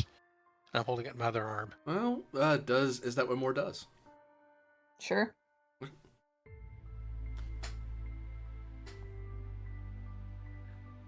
So, This is why we have a tank. well, I'm not really that tanky yet, but I'm getting there. All right. First fire. You reach out to the fire, you feel it warm your hands, and the runes light up. Then the ice. You reach out to the ice runes. They try to form into ice, but because the flame is present, it melts them away, and they turn into water, and they begin to swirl. I'll go over to the other one. I'll say, can you read the whole cipher out again one more time? It's from chaos to calm, through the torrent to the heights. Only in balance does the path reveal. Awaken the power, seal the deal. Are there anything else to touch in here besides the earth and the air symbols? The staff. Through the I'll look at Perhaps more. perhaps What do you the think? staff is the torrent. Or maybe it's the balancing point between them. What do you Maybe think? you Mark? reach in between the two. Yeah. I'll stand over here, reach in between the two, and touch the staff. I don't take it or anything. I just touch it. Well, friggin'. I might be wrong though. Whoops, I did it again. Fine, I'll just move you. Oh, the whole world moved. There we go. Ah! That reference was not what I was going for. I'm You sorry. reach past the runes of earth and air. You lightly, very lightly, because you're not trying to grab it, you're just trying to touch it. You touch the staff and suffer 60 damage. Oh God. As 60 unaligned damage. Okay. Ow! Ow. As all four of them unite together, and then poof, you're struck with a multi-elemental attack. Fuck. Ouch. Sorry. Well, that was my bad. I wasn't sure if everything we were trying was working. Can I get one of those elixirs or whatever you were throwing around? Sure, I'll spend another trade point.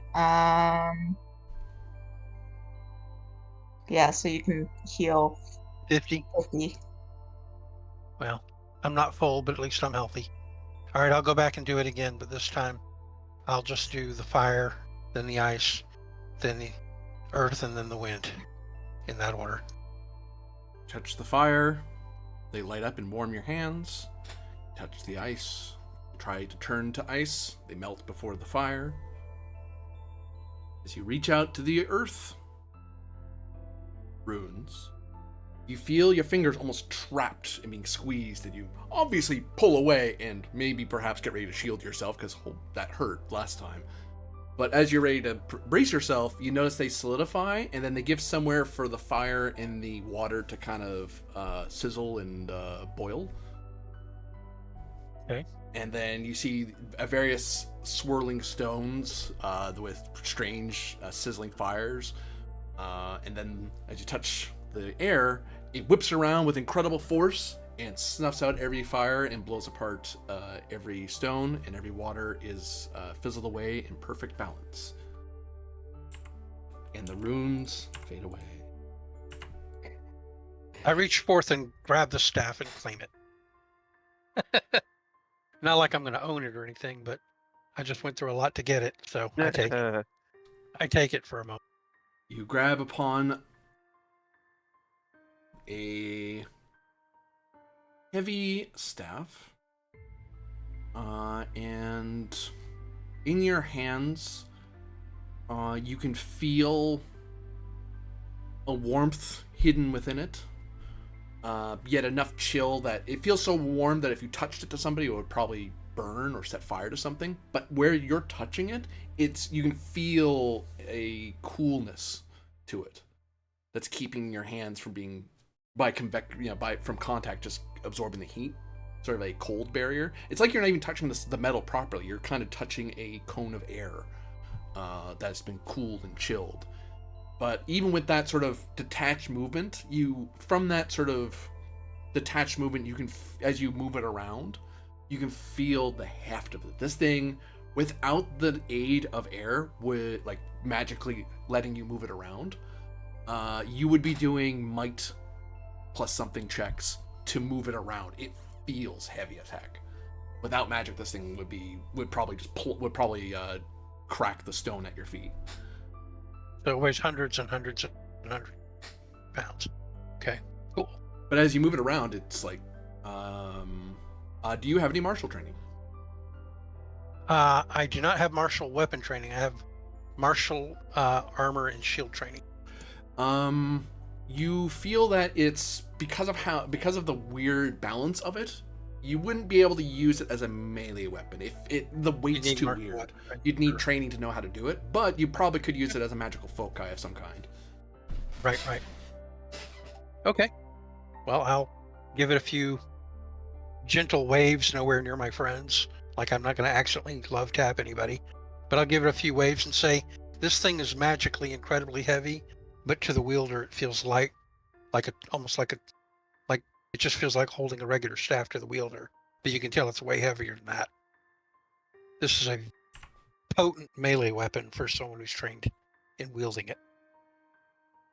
But it would take somebody who has, great weapon training, not just anybody can wield this. And then I'll look over at Lucius. Hey, do you by chance have weapon training? I've been trained to wield similar weapons to that. I bet I could manage. Well, I make a motion like I'm going to throw it at you, but instead I walk up and hand it to you. Just to see if you jump when I go to throw it. Lucius just sort of weighs it in his hands. As it's being offered to Lucius,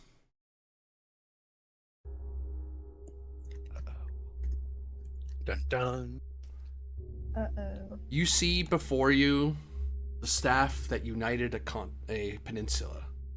Staff that built a city, that ruled a whole swath of the countless realms.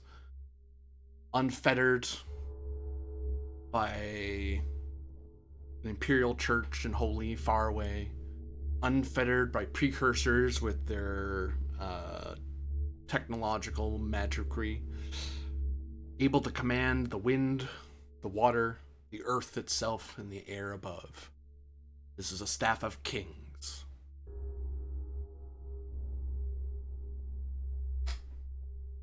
Do you take hold of it? Do you dare? Lucius will. Yeah, I noticed the lack of hesitation there. No problem. It'll be fine. Regicide happens all the time.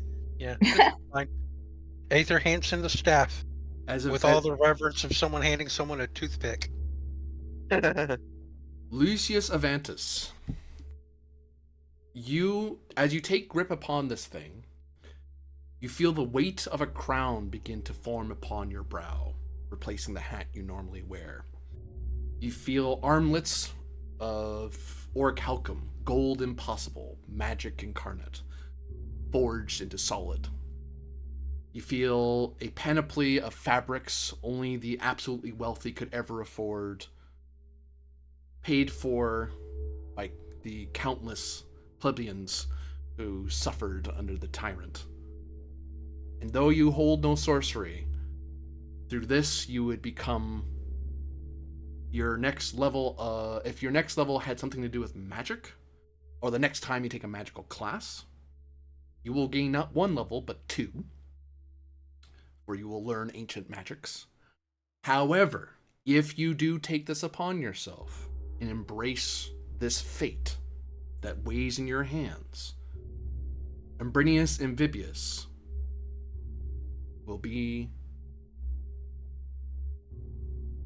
replaced. Lucius just holds it for a second.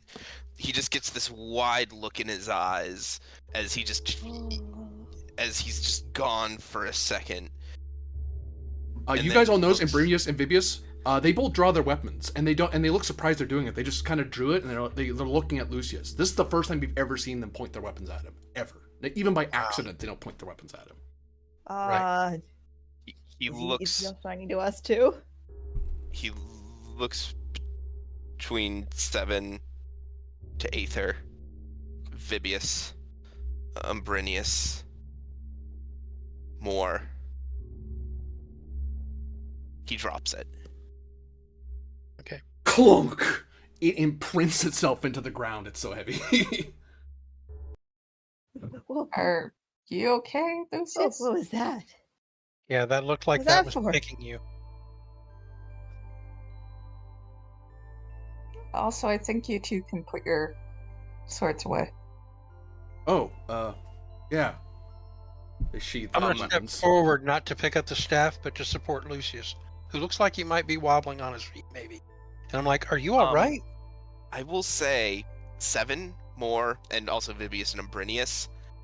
He has the same look on his face that he had when his dad walked in the room. All right, everyone, group hug. We got time. I'll give you a hug, but I don't really understand what happened or why you're so upset. Did the staff do something to you?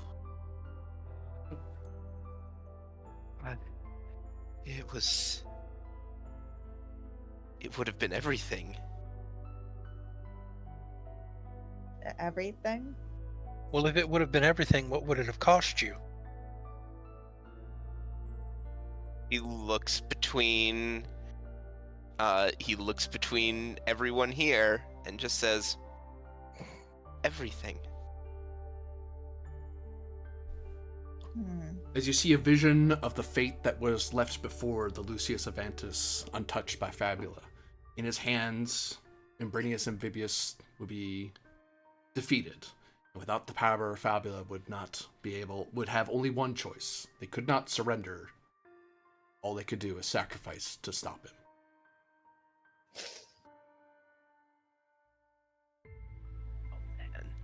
Oh, my boys! Hey, the good news is fate would have made you all down here in a tomb, so, you know. Oh, Well, man. well, now that we know that you definitely don't want this thing, what should we do with it? I mean, Can we break it? I don't think shiny. we can. I can have it. You know, it was clearly put down here for safekeeping, but maybe we can find an even safer place for it than here. And That put a much better means trap that on it. we need to get out of here first, though. We'd also have to figure out a way to store it. You wouldn't happen to have, like, some way that we could, like, carry it stealthily, would you? More?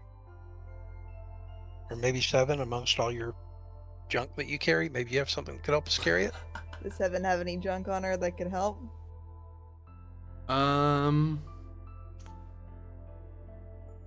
For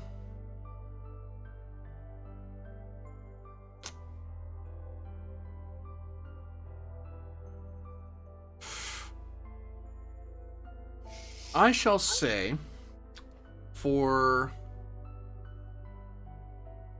2 inventory points, you Mhm. could have a thieves bag. It's meant to make big, heavy things carryable. It's still heavy. It's obvious you're carrying something, but at least it doesn't look like you're carrying a Maltese falcon or a staff or a lump of gold. It looks like you're just carrying a bunch of stuff. It looks like a bunch of jangly. It'll sound and look like a bunch of jangly nonsense. It's very common among thieves to use items like that to hide that they're stealing something. Mind you, this is why in the Sultanate, I imagine everyone's bags get searched, even if it is a bunch of clanky metal, because, you know, they know about thieves' bags. But out here in Corio, they probably don't know about them. Yeah. I mean, if you guys are dedicated to taking out, sure, I'll pay that. Well, we went to all the trouble of breaking it out of that trap, and I'm afraid we may not be the only ones who could figure out how.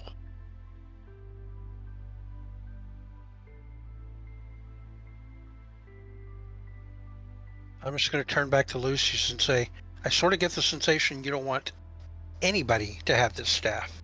Am I right? No, no one should have that.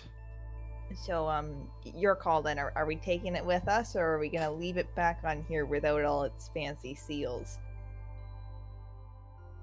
Well, now that we've dispelled the seals, it's only a matter of time until someone else comes for it. Whereas, good a set of guardians as any, but you cannot let me get hold of that thing again. Done and done. That You got it. Was it really that bad? He just nods.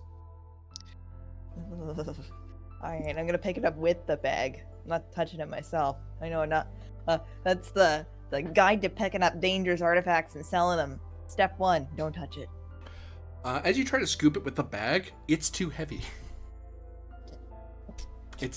Someone has to reach in to pull it off the ground, because this thing, unless it's being touched along its shaft, it's an impossibly heavy weight. It's almost like it's fused with the floor. I'll help. I picked it up before, so I'll pick it up and put it in the bag with her. You feel the coldness at your hands, and in it goes. I'm not afraid of it. It doesn't have some massive fate for me, so I'm not worried. And as Lucius watches that, all he can think of is, why him? Why did it try to tempt him, but not Aether or anyone else? Is it possible, Lucius Avantis, that the Avantis ancestor of old may perhaps not be mere patrician, but of noble stock? I mean, I would say that the main house, like the main Septarch houses, Mhm.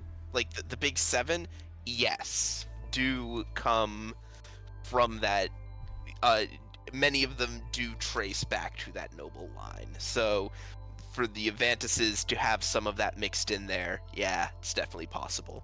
Especially given the ambitions of your family. Yeah. You, as fabulous as you are still ambitious, like any other Avantis. Yeah, like it's probably also present in a number of the other houses, but especially concentrated on the Septarch families. Yeah. So I would caution you, if this goes into the hands of anyone of even more ambition than you, imagine how much that pull would be. For fate would choose them instead, rather than we're gonna need to get it out of the city, basically, right? Mm-hmm. Far, far away. What about that funny temple in the middle of the water that no one wants to go to? That would be ideal.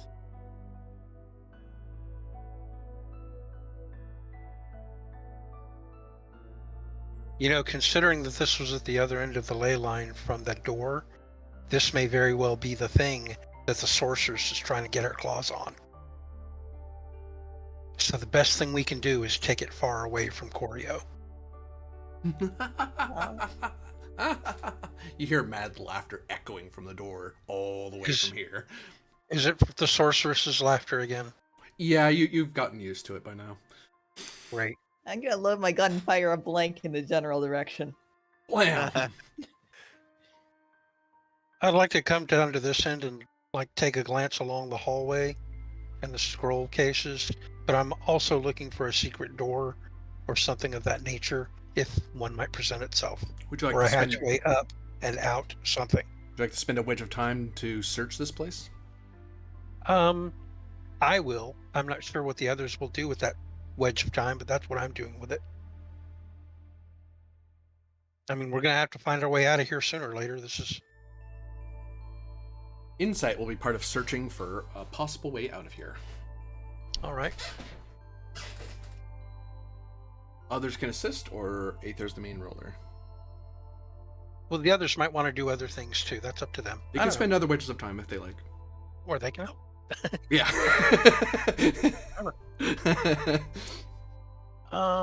Time is a fickle thing. Lunchtime doubly so. Do any of my features give me a bonus to the search? Sadly, no. Okay. Well, I got my magic item. Yeah, that still fires. Ooh, 14.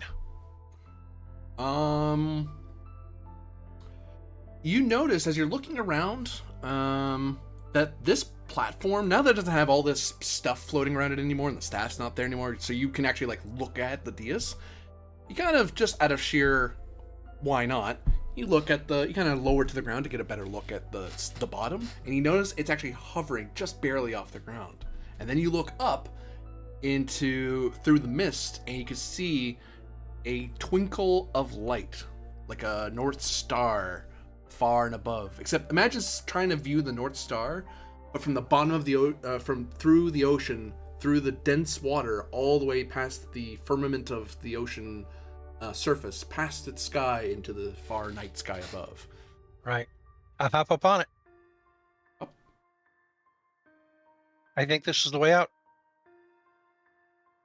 The minute you start thinking about it being the way out, it starts lifting up, and then you realize there's probably a moment of, oh, I don't want to leave without them. It'll stop.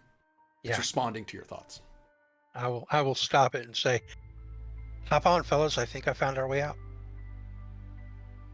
All right. Pretty tight squeeze, but I guess that's how they got it down here, huh?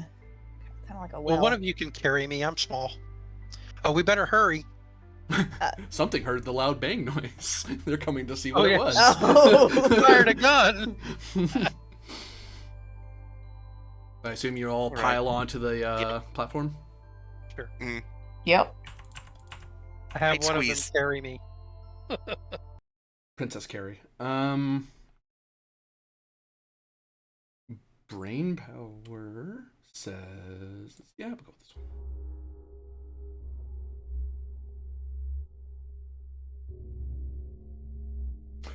Boop.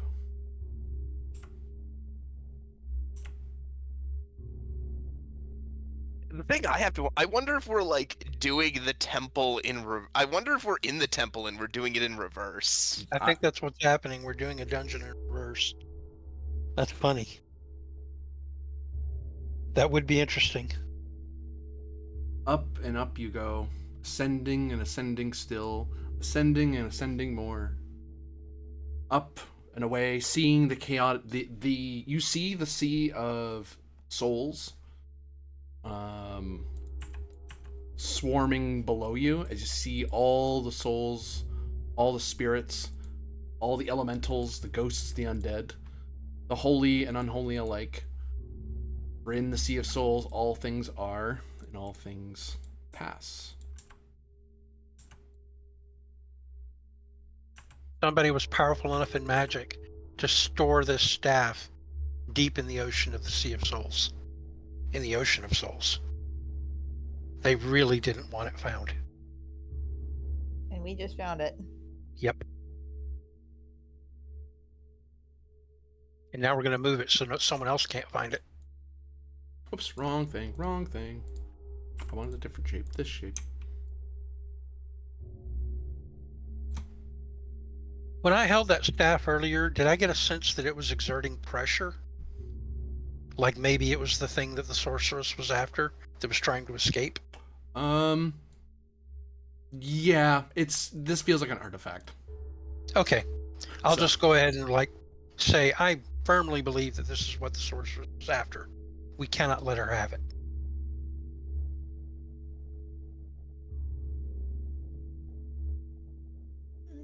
Lucius just nods. She may not even needed it in her own hand, just No in qu- anybody's hands. Yeah, no quippy remark, no nothing, just nods. I'm gonna You- go over to you and give you another hug. You see, as you seem to almost immediately breach through the sea of souls and find yourself in a grand, rounded chamber, where the very floor itself twinkles and sparkles with an orange yellowish light, and far and high above you, as you notice, there seems to be almost like a stairwell carved into the crystalline structure around you. You see it turns from this orangish yellowish color and it starts morphing into a more bright red color as it narrows and narrows, as it kind of bulbs at the bottom and narrows and narrows and narrows and narrows as it gets further and further and further up.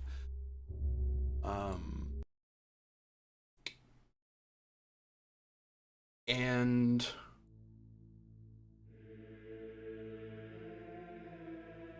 the air becomes one that you can breathe rather than the sense of life. You are in the material world once more. You can feel a presence of intense magical energy all around you. The room feels incredibly hot and warm. It's emanating from every surface around you. Imagine going from like the sort of body temperature warm to desert heat. Like it goes from it's okay to oh god you're sweating almost immediately. Except it's more of a dry heat, so it's kind of a different sort of oh. Like it's not like any water or any humidity that was once in here is no longer and hasn't been for time untold. And you see that there are what appear to be 4 different entwining stairwells.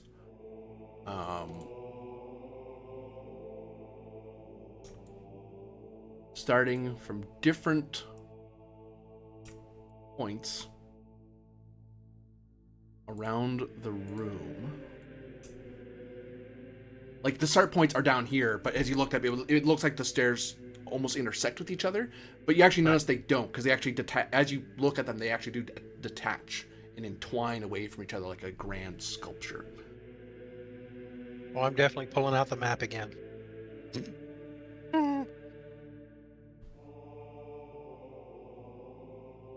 Maybe that'll figure out which one of these we should take. The map seems to indicate that you have moved a little bit west of Corio. Okay. Somewhere in the middle of the water, but not very far. All right. Uh-oh. So we're under the ocean. We're under the sea. Well, you're Under higher. the sea. Fine. We're higher than that? Okay. You're within the water. You're within actual water now instead of the Sea of Souls. So within the sea, that's correct. Sorry, I got my own terms mixed up there. My bad. Got you there. Fair enough. Oh, by the way, you all suffer 20 fire damage. What? Oh. What? It is incredibly hot down here. And it Okay. hurts. Wow. From Oh, by the way, okay. one of you has fire resistance. Yeah, you only take half. Yeah. Yeah. Yeah. Do the colors of the elevators have significance?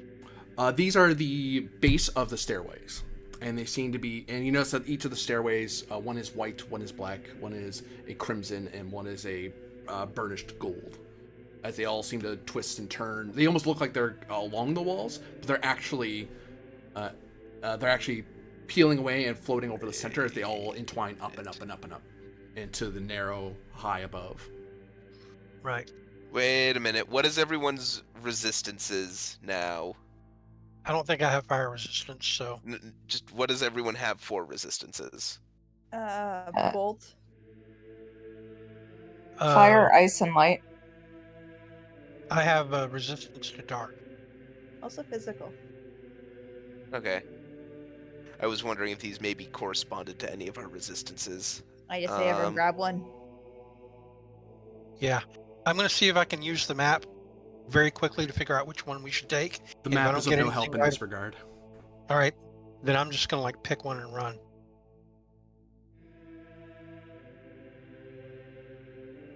I'm gonna So put everyone this just starts one. darting up the stairs.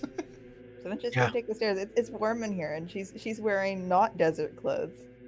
Yeah, I run into the dark one and I'll go up. run into the bright one. I head into the red one. All right, I'll take yellow then. As a Darklander, I feel an affinity for the dark. Ah, why? Why? Oh, 20. Work with me. Why are you fighting me? There. Now she can go on there. I grabbed at that particular circle and yanked all the other ones. I'm like, why was that what you thought I wanted to do? Anyway. Yeah, so... You're all very lucky, as the minute you all step onto your individual stairwells, you have correctly guessed ones that seem to entwine with your particular soul affinities, and all of you start going up the stairwells, the stairways, as you pass by each other and go past each other. And each of these stairways feel very familiar and safe to you. So I'll ask, for Lucius, why is the stairway for you and Brinius and Vibius so easy for you to cross? Like this feels so familiar and safe to you that you could bound the stairs. But why?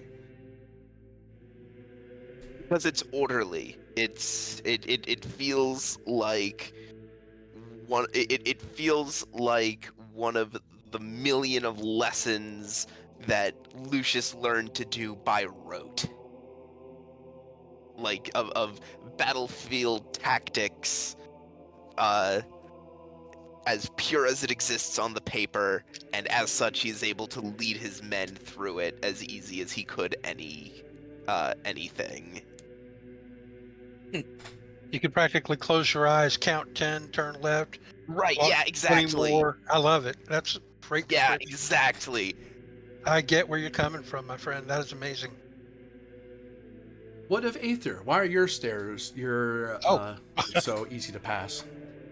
I was going to say, she steps into this dark well, and it's like stepping under cool, dark moonlight. Like there's just a shaft of moonlight illuminating the stairwell, and as you move up it, it actually becomes less of a stairway and more of just a passageway, like you're traveling through a natural area that just happens to go more up than anywhere else, like you're going through a jungle or something. You know, like a jungle can be so closed in with nature that it feels like you're traveling through things for a long period of time, but there's no actual stairs, just like moving up through, vine shrouded earthen landscapes as I move up through it with bits of shafts of moonlight illuminating my way, just like being home in the Darklands. And what of more Duncan? In my case, it was really the fact that a lot of the magics she's been learning to use lately have been dealing with radiance, so it reminds her of the color of her magic. So your stairs seem to be just crafted of... they look like they're carved of sheer magic. Of sheer radiant magic. Yeah. What of Zem and Demeril? That's a very good question. I ask those. Yeah, you do ask very good questions. What color is the sand back in her home? That's a good question. You tell me. I'd say it's all sorts of different colors depending on where you are, but this gold you said? The start of it starts gold, and then as you ascend, to Zevin realizes why it's easy for her to cross. Yeah, I mean, she's been walking across sand her entire life, and as it goes, it's kind of like a dance almost. I'm thinking of like the Dune step. Not quite, but yes. Walk without rhythm, sorry. But not quite that, yeah. And I will say to you all that, yeah, as you're going up and up these things, you get the feeling that if you had mixed up your stairways, you'd get halfway, you'd waste a bunch of time getting up and then realizing, like, more try to go up Lucius's stairway, there'd be this constant fear of there's something magical here. There's something magical here. And it would just intensify until you went, you know what, I'm going back down. I'm not going up these stairs anymore. It's too orderly, it feels like a trap. But to Lucius, it makes perfect sense. This is how a stairway is made. There is no trap. This is always how stairs should be made. But if Lucius went down up Moore's path, there's always a sense of this just looks like a beam of light. Like it looks like magical stairs made of nothing. And your life experience would tell you, I'm waiting to fall through. You can't trust the stairs, and you'd go, I'm going back down.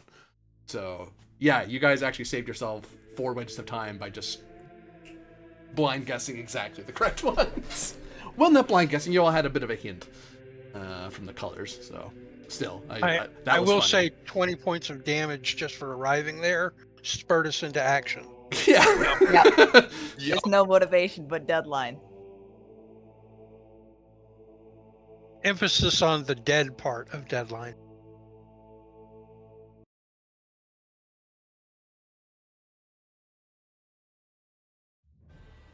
No. Actually, no, that's correct. If each of you get to the top of your individual stairs, you encircle a massive disc of bright red, and you all end up going like at the far edges of it, and the stairway stops at this platform. Here you see a much more normal stairway, going more.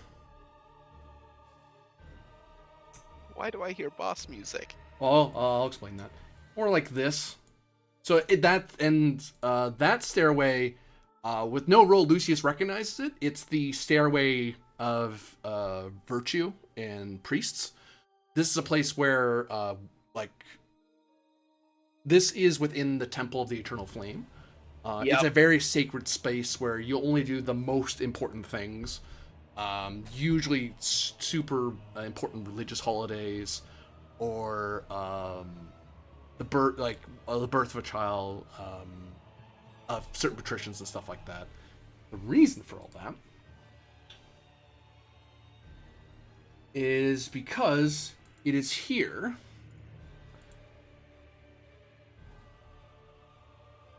that a glowing ember of magical light crackles.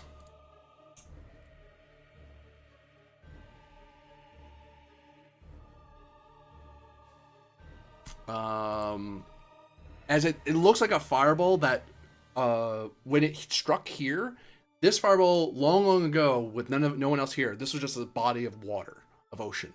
And as it was heading toward Corio, looping away from a ship way off, it's almost like it struck some invisible barrier and went poof, straight down. As some brave hero, empowered by the gods, and by the people of Corio, they were able to lift the staff and hurl it at the fireball, and it stopped it dead in the air. And then both the fireball and the staff plummeted into the ocean. The staff, as you know, just kept going. It went down so fast and so hard because the water is of no object to this thing. It just kept going until it pierced through the bottom of the ocean and pierced all the way to the Sea of Souls.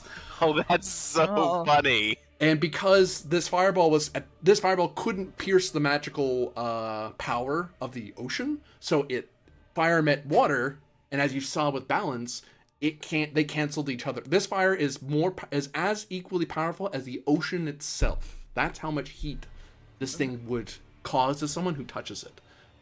I imagine in early days, actually, you tell me, Lucius, would people ever use this thing to execute people? Because if you want to do a ton of fire, like 200 fire damage to somebody, this is how you do it. You just shove them into this thing. But I don't know if the Republic ever got that dark in its Republican days. No, I don't think they ever got that dark. You never had the Draco?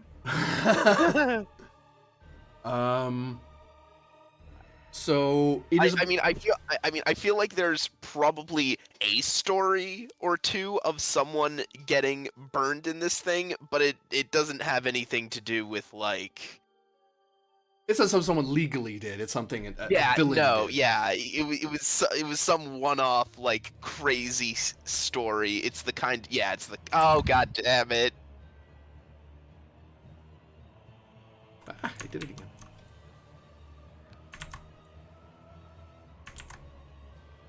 Why? Yeah, no, it's the kind of thing that like happens in stories. And surrounding the flame, chanting, and you see a magical ring surrounding the flame, as it looks like these 4 dark sorceresses, they seem to be trying to lift it out from the dais it's pressed into, and liberate the flame. No, nuh-uh. And unfortunately, Nope. it's a lot easier to do because somebody took away the staff that was anchoring this thing. So Oh, God time damn is ticking away for a different reason. I imagine you want to stop them from doing this, or you can choose to flee because they do look like the Dark Sorceress in Quadruplet.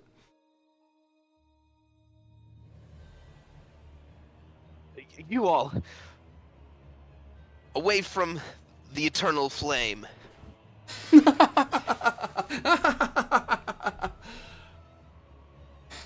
Why would you ever want us to do that? They say in unison.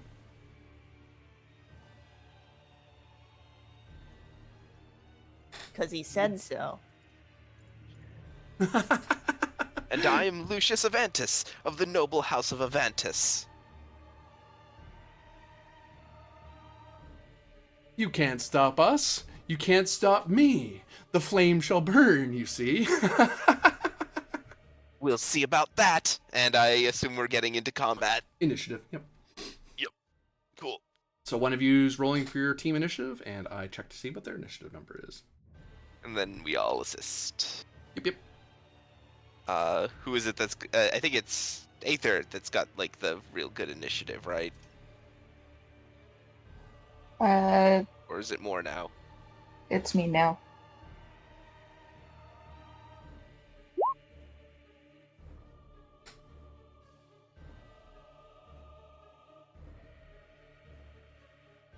Oh my god. Dang. Ooh. Well, there go my good rolls for the evening. Mm-hmm. Well, you're at 18 anyway. Okay, no need for further rolls. You've definitely beat their number. So, good guys, act first. Hang on. Before anyone does anything, we're at the start of a combat. So, it is Lore Master's quick assessment. I only have 1 level of it. I'm gonna spend 5 mind points, and for this dark sorceress here, sure, why not? I would like to know their affinity towards light damage. They have no affinity. Cool. Alright, good to know. That's all I can do. Now we're good to decide who wants to actually do stuff. Well, me first. My problem is I'm holding that bag in one of my hands, right? Yeah. Or over your shoulder or whatever, yeah. Yeah, bad news. Both of my weapons are two-handed. So you'd have to drop the bag. I could carry it for you, I guess. Have your drone grab it. Oh, that's true, your drone. Can I hand it to my drone? Your drone could take it from you. That will eat their turn, though, because they're taking it from you. We share a turn. Oh, yeah, your drone, I'll say that's an advantage of having a companion. Your companion can kind of... If you had a dog, the dog would grab it from you. So, yeah. All right, I'll spend my action on the backpack action then. Okay. Which is to draw my magic cannon and Boom, boom.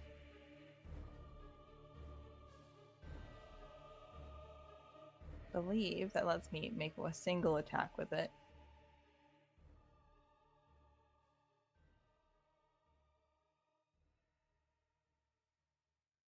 No.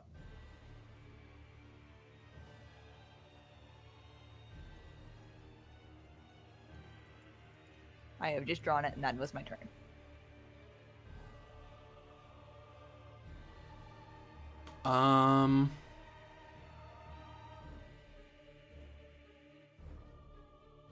One of them begins chanting dark chants, Uh-oh. and the fire lifts just a tiny bit more out of its place. Turn goes to you. You guys mind if I wombo combo? Wombo combo Go ahead. away. Okay. Hit it. Oh no, you do not. And Lucius is going to make his my Queen's Gambit.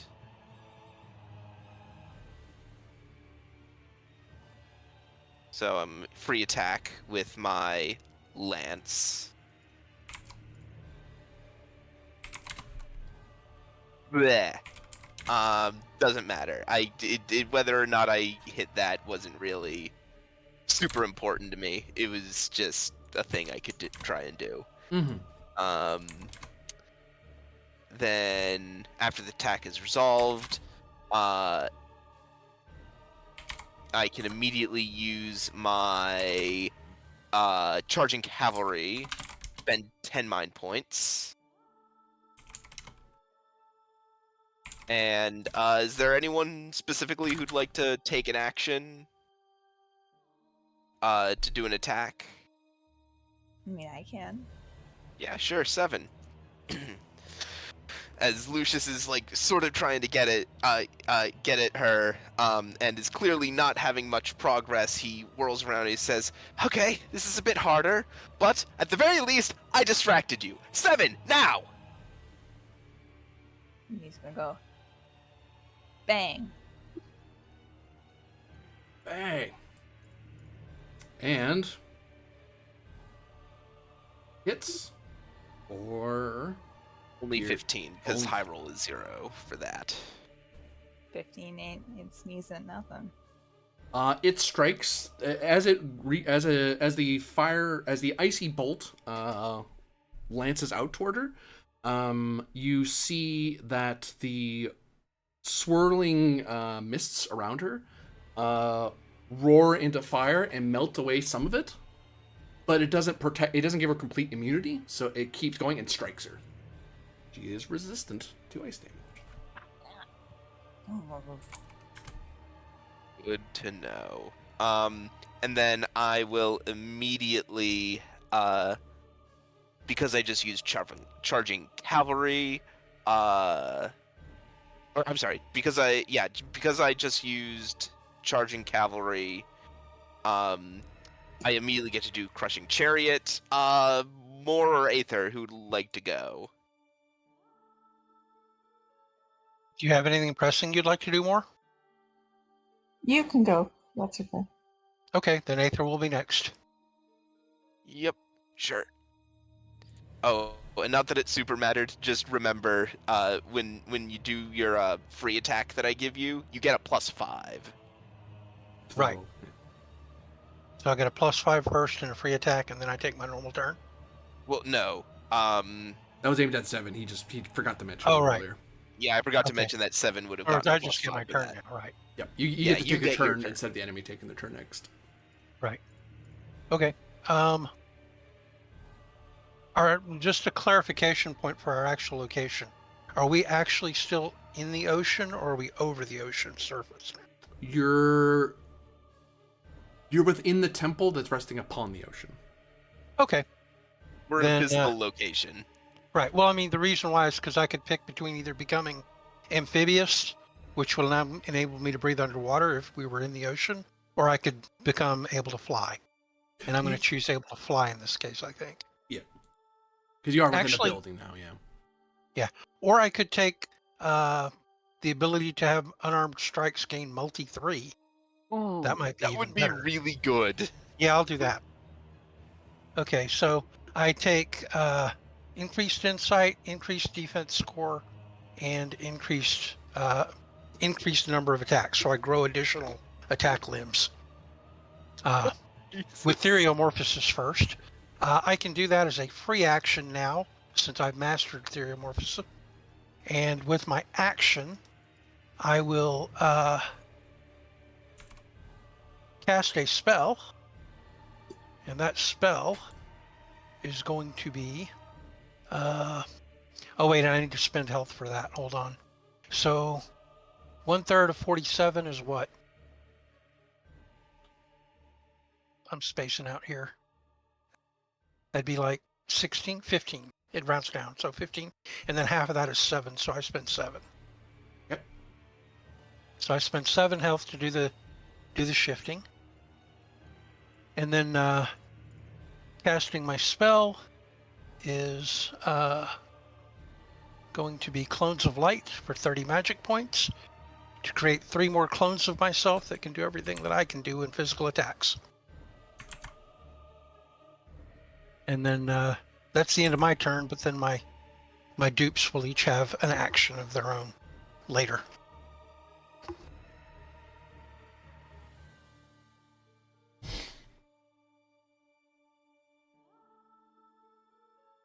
And one of them laughs maniacally. Oops. As she begins chanting. Yeah, we gotta start taking some of these guys down. She I plan reaches out to the eternal flame, now unmoored from its place. Her hand becomes in rapture. You see the illusion of the Dark Sorceress burn away, the magic too weak to withstand that much magical power. But this person, you see a gauntlet over this person's hand, and that gauntlet reaches out into the flame and seems to grab it like it's so much cloth.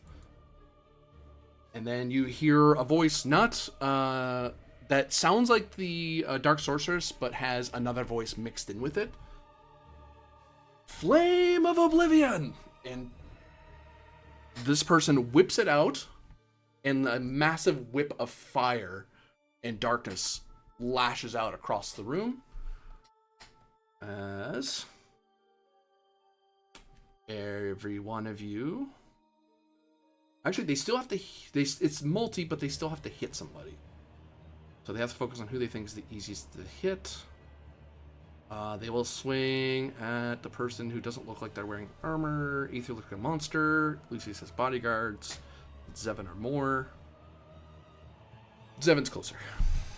So I'll swing at Zevin. So I do willpower plus dex to hit you.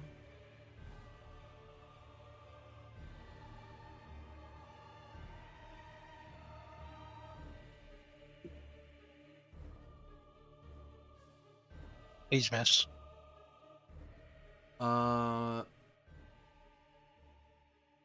13 against your magic defense. Ooh. Hits. I would like to... I think I can jump in the way of that. Let me see how that works again. I don't know if you need to hit me instead or if it just automatically hits me.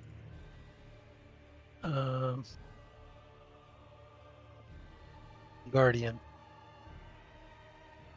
When another creature is threatened by an attack, spell, or other danger, you may take their place, and any checks that are part of the danger are instead performed against me.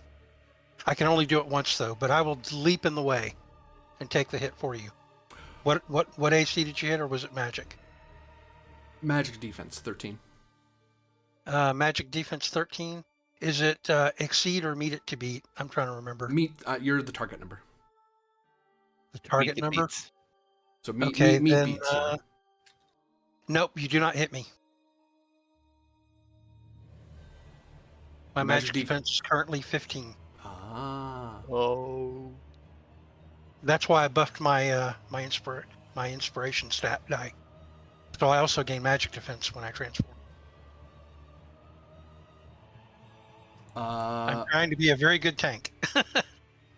Yeah, you Hopefully. the flame of oblivion as it wraps out, you jump in the way, which frustrates the attack, and they kind of have to twist, and they're fighting this thing, like they're struggling to wield this magic, and is lashing out so much that because they have to turn it to try to hit you properly, it kind of lashes out and sears into the ceiling, so they end up swinging high instead of wide. Like they swing up instead of forward. If they had swung out, they would have hit everybody in the room. Instead, because they miss one of you, they miss all of you because they lose complete control of it. Close one. Goes to friendlies. Maybe one of the Aether clones should go, because if one of those cultists tries something like that again, it'll wipe out all the Aether clones. I don't know. I suppose if y'all want one of my clones to go next, it will. It would Sure. definitely attack one of the ones that hasn't gone yet, though.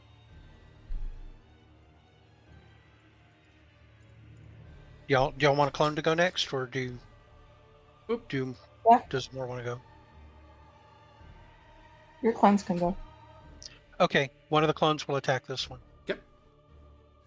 That way they don't get poofed.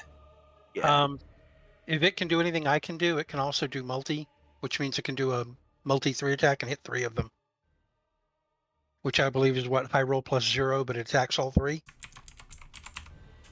Is that how multi does? I'm gonna triple check because I don't Yep. see it that often. I've never used multi before. This is my first time. You perform most of attack us with the don't- multi property. You may select as many different targets effect allows. Up to 2, for instance. You perform a single check. Compare it to defense of every target. Rolling critical means you hit all targets, while fumble means you miss all of them. No. If you have multi, it does your damage. Like if you hit, if you have different, the reason multi matters is if you only roll once, but you check against everyone's individual defense. So some people might hit, some people it misses, but it Okay. is your attack. So this person with their multi attack is probably going ba ba bam, ba ba bam, ba ba bam. Right.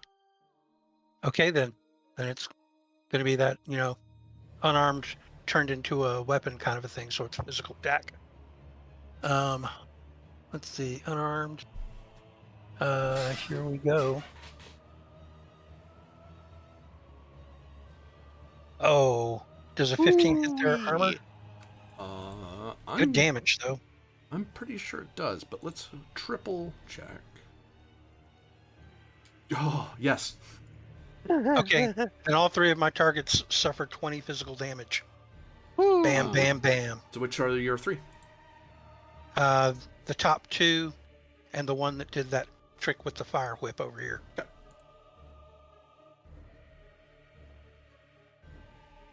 20 physical. I will note as your clone reached out and ba-ba-bam, ba-ba-bam, ba-ba-bam, starts swinging out and punching out. The true Dark Sorceress, you remember that her mist would repel that unless she was in crisis. It doesn't. You see it surges with fire and ice, but it's not enough to dissuade. It's uncomfortable. They wouldn't want to stand there in the mist. But if you just jump in there and punch them and then jump back, you're fine. Which your clone has a moment of, is this okay? Baff. Hey, it's okay. Oh, I'll hit the next one. Baff, baff. And they show no resistance to physical. Ow. Baff, baff, baff, baff.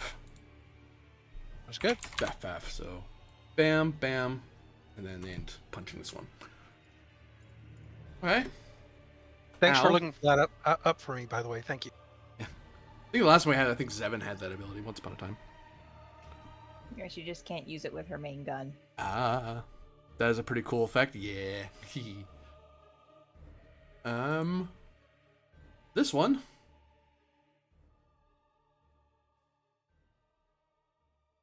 Begins chanting and laughing Though the chanting doesn't match the laughter, like it's like two audio tracks that aren't syncing with each other properly. This person pulls out from a bag, which in the illusion it looks like she's reaching into her stomach, and she yanks out a long, glittering black chain that looks like it's made of the same stuff the door was, and she whips it through the fire. The fire then clings to it, and then it seems to be sucked into the chain. All the little starlight within the chain starts to glow as if the stars are far closer than they were before. And she cries out, "Chain of the Abyss!" Ah! And she swings it at... she can only choose one person for this. I'm gonna swing at one of these two because they can punch multiple people. I'll swing at this one.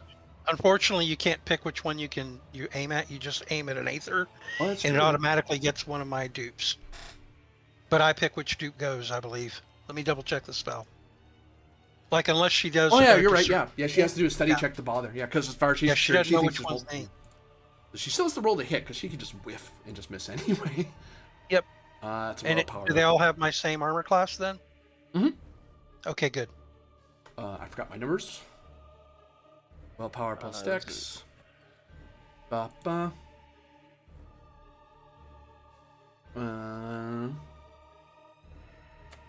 14 to magic defense. Nope. Oh, wait, to magic defense? Nope. 15. She tries to whip it out at your clone. Your clone is able to move, sees it at first as like, I'll move away from it and I'll block. And the minute they feel it touch their arms, immediately they feel an intense weight. And they're like, and they quickly, instead of trying to shove away from it, they just have this magical instinct. I need to not touch this. I need to move away from it. And so they move away from the chain, and it kind of clunk into the ground. Cool. As the whole chain kind of lays across the ground. Goes the good guys.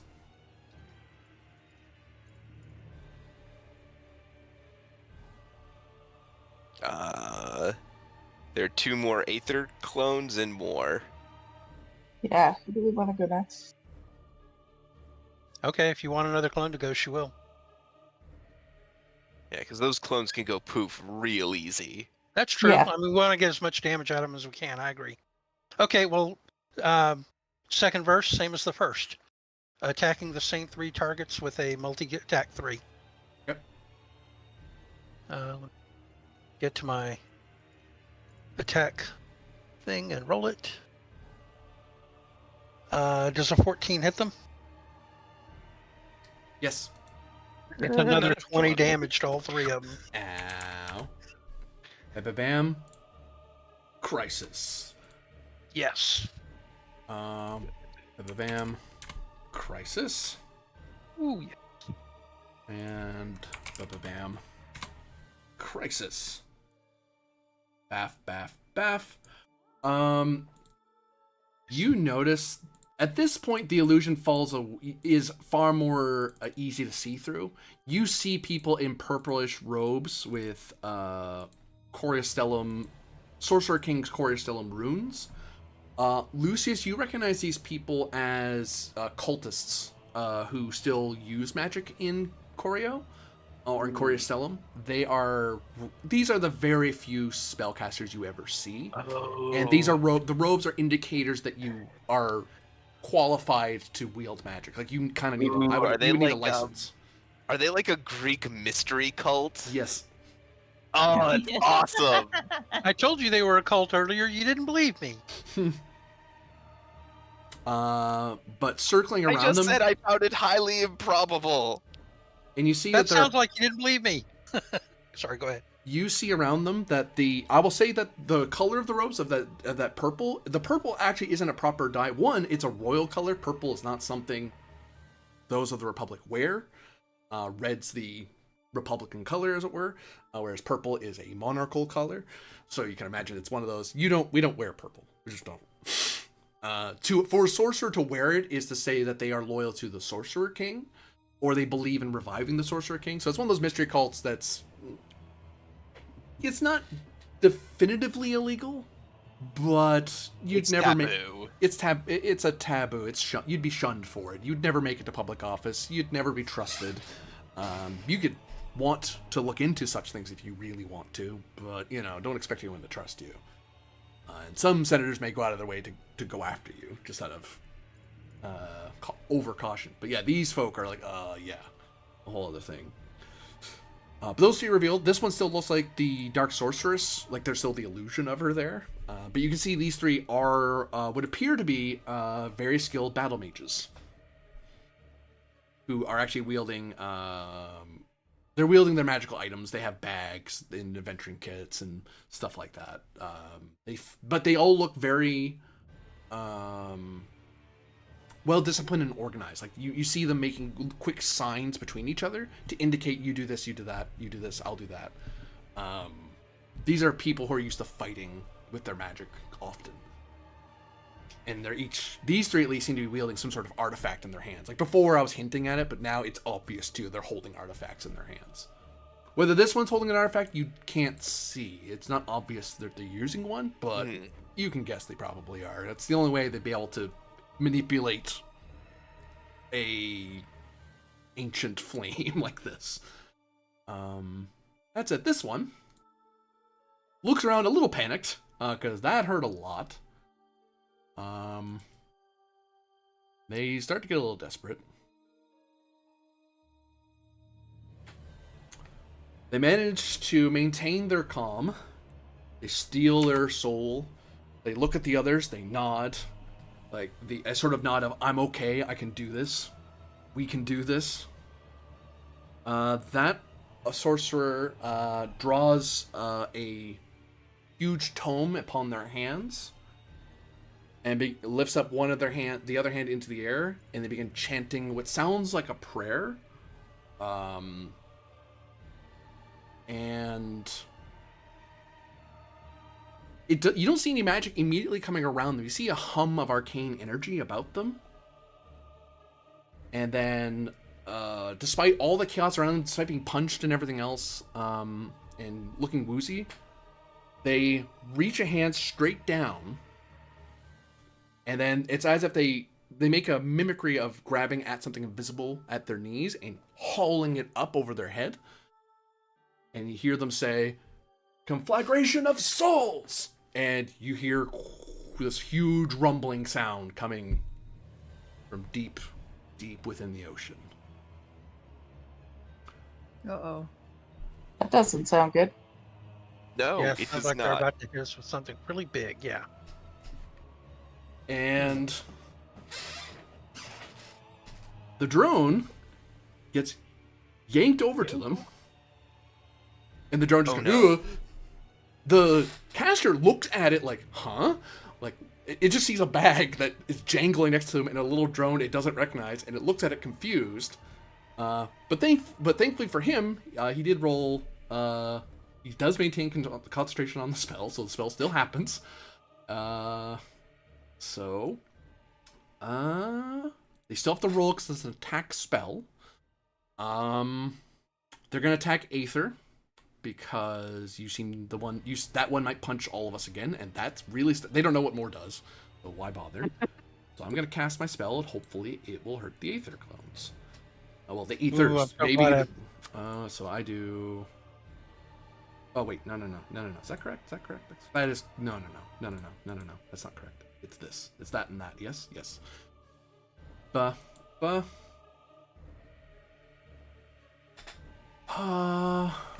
That is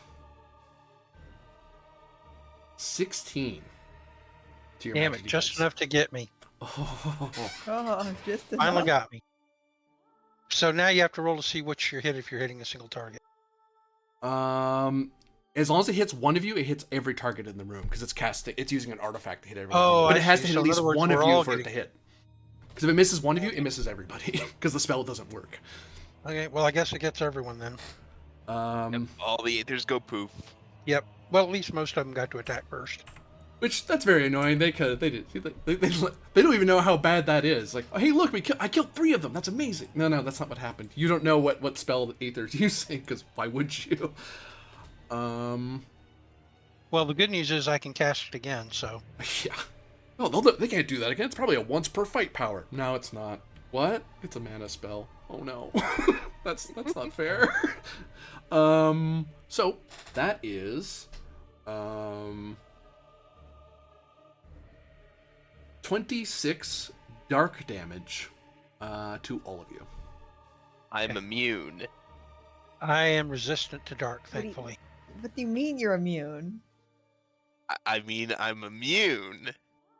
I'm in crisis.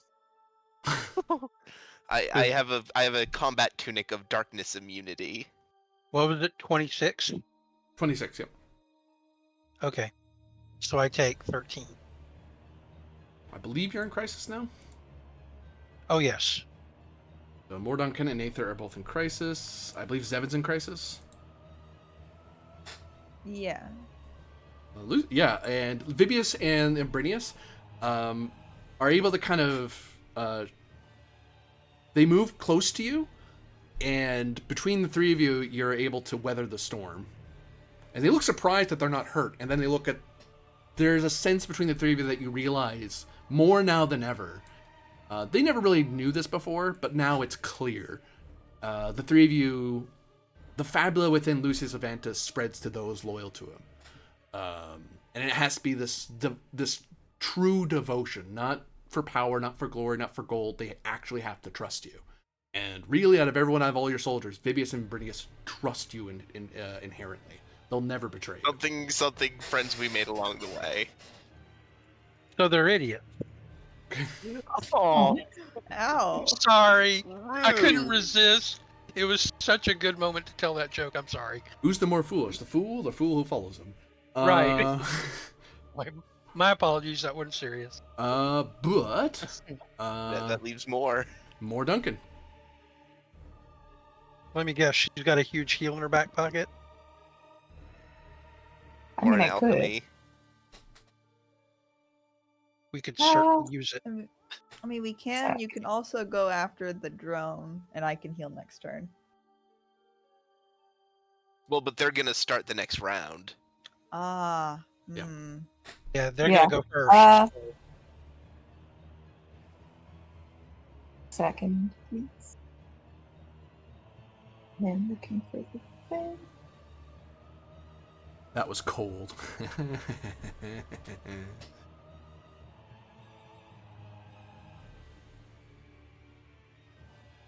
So I am going to spend a trade point to avoid having to spend 5 inventory points and roll 4d20.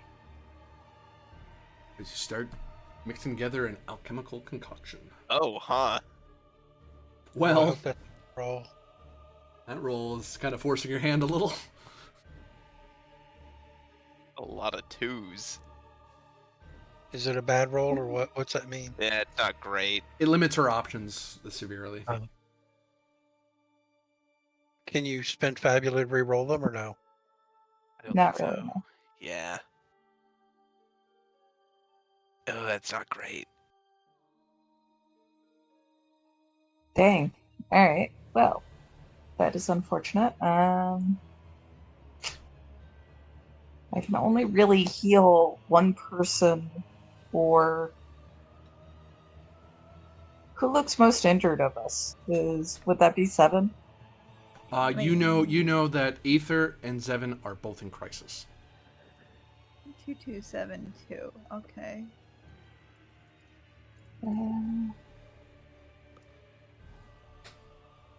Yeah, I've got 50 current damage.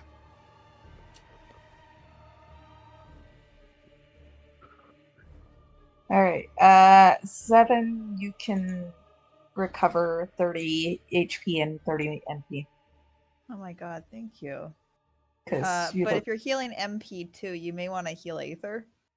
Yeah, actually, sure. Okay, so I'm going to get 30 and 30? Yep. Okay, great. That's awesome. Thank you. Do you fall out of crisis? It was Yep. about time for me to have a womp womp roll on alchemy stuff. Yeah, that's the first time that's really happened, hasn't it? Yeah, it's either heal one person or hurt one person. It's Yeah, like, also keeping me on crisis actually works to our advantage. Oh, You'll cool. see. It's a surprise tool that will help us later. as time passes, as a round has gone by, Oh. they start. Oh, you know what? I don't know what their thought process is. They're all very similar. They just have different attacks. So I'm gonna roll 1d4. 1, 2, 3, 4. See who goes next. Yeah. Because they all have the same traits, so it's hard for me to think of who precisely would want to jump the gun. Number 2. So the chain goes, I believe. Oh, that's The Chains of Abyss. yeah. It could be worse because that's at least that's Yeah. a single attack. Yep. All right. Who's scarier out of you guys? More you healed somebody. That just looked like a remedy to them. A very complicated remedy. They don't know that you're an alchemist. They don't know you're scarier than that. Lucius didn't even hurt their friend. They just shouted a bunch of orders. Mind you, if I stop you from doing stuff, that might be good. Either scary. Well, that creature over there is scary with a bunch of arms. You might punch me and my friends again. And over there has a gun thing. Gun thing's kind of scary. Lucius, Aventus, or Aether. I am going to make another roll. 1, 2 for Lucius. 1, 4, 3, 4 for Aether. Sure. Because I have 2 threats present. Aether. So, That's good. They're more likely to miss me. they reach back. Yeah, they whip it into the fire. The eternal flame lights it up. It covers the entire length of it, and it gets sucked into the stars, which light up once more. They loop it back behind them, and then, yeah, they lash it out at Aether, trying to drop the thing on them. I'll note, because you can see through the illusion, that they're moving it the same way you move the staff. Like, this chain is impossible to wield without magic. Right. Cool. Martial weapon training. Yeah, you're getting the feeling that this should be a +5 to hit, but because they don't have the proper training, it's only a +2. Right. So they're able to use hitting it because they're magic bad or- guys, but Are they hitting physical or magic defense though? That's what's throwing me off. they are it's swinging with magic magic because you magically can Okay. sense, because it's not really dodging. It's not the important thing. It's magically realizing, oh, if it touches me, I just move away. You're Gotcha. repelling the magic from taking hold. Cool. It's a good thing I increased my insight when I transformed. Oh no, it's not that. It's not that. It's not that. It's this and this. So this and this.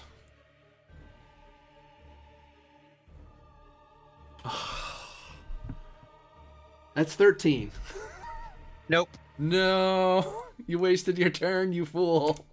I flew out of the way. Pink, yeah, you start flying and it starts to rest upon you. Like, it almost looks like like you see it move. Actually, no, better way to put it. It's moving with an unnatural speed. So you like it's moving a little faster, a little slower. Like it's trying to trick you into thinking physical defense is an option. So, but if you, with your magical defense, you're like, wait a minute, that's not what's happening. It's trying to trick me, and you dodge. You wait till it's about to hit you at the absolute last second, and then you dodge. Yep. Cool. That's that guy's turn. Goes the good guys. If you don't mind, I'm gonna do my combo. Do it. I'm fine with you doing your combo. Okay. Free attack on the opponent in front of me, wheeling around. Hoot. Command. 12. 12 does hit. 8 physical damage. Ow. 10 mind points. Aether, Yes. feel free to make a free attack. Oh, and I actually have to check something because I completely forgot about it. Hang on a moment. I have to make sure that this equipment works. Oh,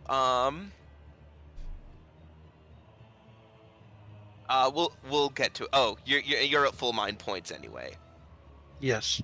Doesn't matter. Do you want to do someone else instead then, so you can. No. It's fine. Submit it? Okay. It's not that huge a thing. Is this your regular attack, or does it use all my regular features that I have active? It says make a the explicit language is during a conflict I may spend 10 mind points. Choose an ally that can hear you. The ally may immediately perform a free attack with a weapon they have equipped or with a basic attack if they're an NPC. They gain a bonus of 5 to the accuracy check, but treat the high roll as 0. Okay. So I can or cannot also use multi with it. What I'm asking. Multi is attached to your weapon, so. So yes. Yep. Even better. Okay. Then I'll do a multi attack against the same 3 I've been hitting. They're all in crisis, right? Dunk. Yeah. Yeah. Good. The only downside is that you can only do you lose the high roll is basically. 0. Yeah, high roll. Yeah, I lose the high roll, right? So the damage will be It's lower. still 12 hit points. But what was the +5 you said on it? To hit. You get +5 to hit. So you just add 5 to the roll when you're done, or what? Yep. Yeah, +5 circumstance bonus to hit. Okay, but we lose all the damage. Got it. Yep. Okay, so that's going to be a 23 to hit for 12 physical each. Ow. Baff. Yeah, it hits, by the way, in case you're wondering. 23, I sure hope so. No, it misses now. Why? Because I'm cheating. No, but baff, you go around and baff them as they're all distracted because the one unhurt person is being. They look really worried about that person being poked, and that keeps distracting them. And that gives you an opening to go, haha. Right. And then, hey, guess what, Aether? Take your turn. Right. Okay. Important question, since we can table talk. Do y'all want me to cast the spell again and swamp them with more enemies? Or do you want me to just bop them again and maybe kill 3 of them? I think it might be worth it to just bop them. Okay. I could also cast another, like an area spell, but I don't know what their magic defense is like, so that's Probably a risk. much better than their physical. That's true. Okay, I'll just multi-attack all 3 of them again. With my regular attack. Baff. Does a 14 hit them? Yep. 19 damage each. That's really starting to hurt them. You are hitting people who are pretty beefy for mages, but yeah, these are mages. This is hurting. They look like they're having a hard time standing. Unfortunately, I don't have any feature that enables me to like do anything else after I do my regular attack, so that's basically what I did. On the other hand, since I've taken my turn now, if you target somebody else, I can defend you now. Like, that's basically reactivated my ability to jump in front of somebody else. This person, do they keep their cool, so to speak? They do. This person, although they look like they're about to drop, they drop down to one knee when Aether punches into them. Actually, all 3 of them seem to almost drop to their knees. This one in particular does actually just goes down. They look around. They nod. By the power of Rowena, you will not defeat me, mutant.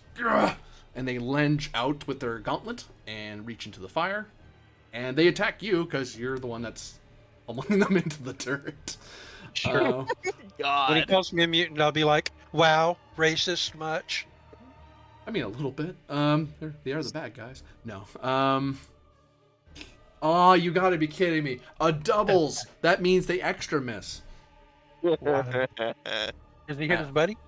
No, it whips wide. Nice. If they rolled double ones, I'd be like, it hits all enemies instead, because you critically failed. That would have been terrible, yeah. But yeah, they try to whip a huge. They reach to the flame, they grab it like so much fabric, and they whip around this huge whip of fire.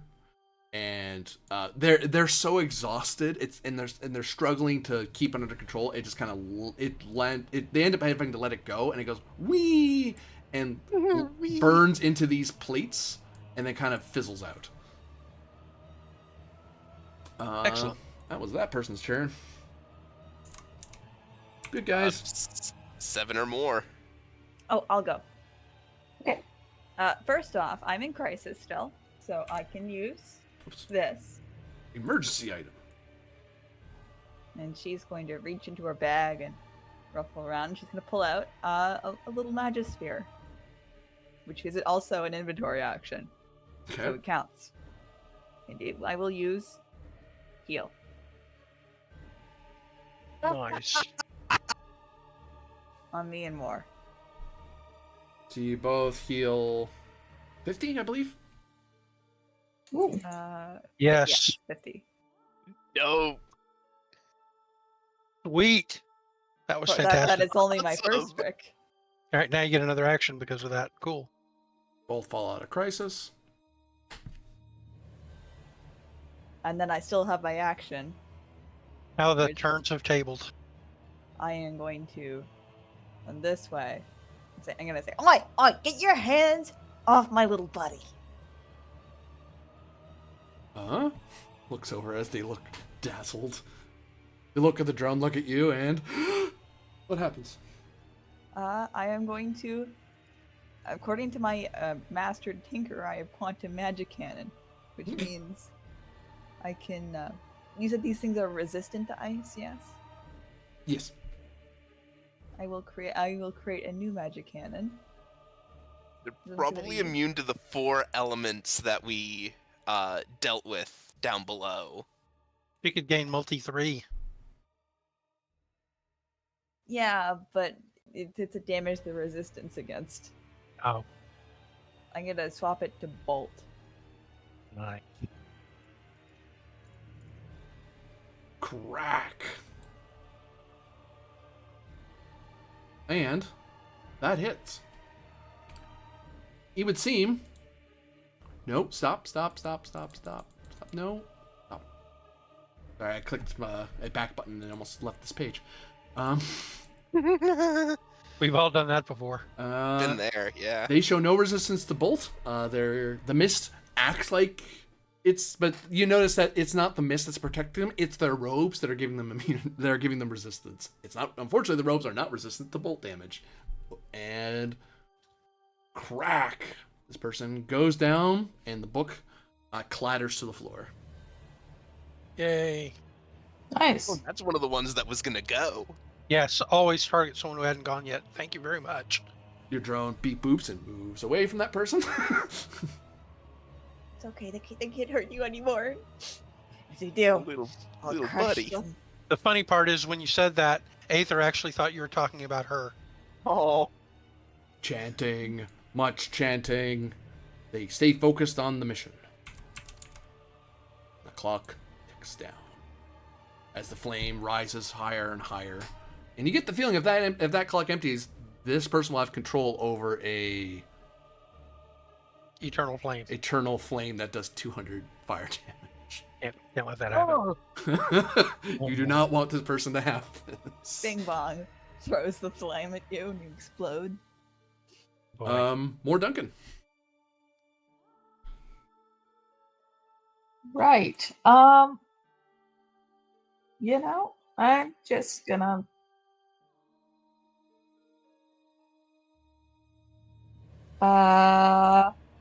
If you want to lux them, they're not weak to it, but they're not resistant either.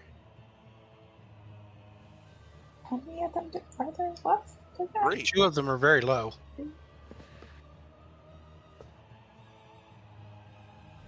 Yeah, let's do that. Because it's a safer bet right now. Especially since I don't think anybody is hurt that. So.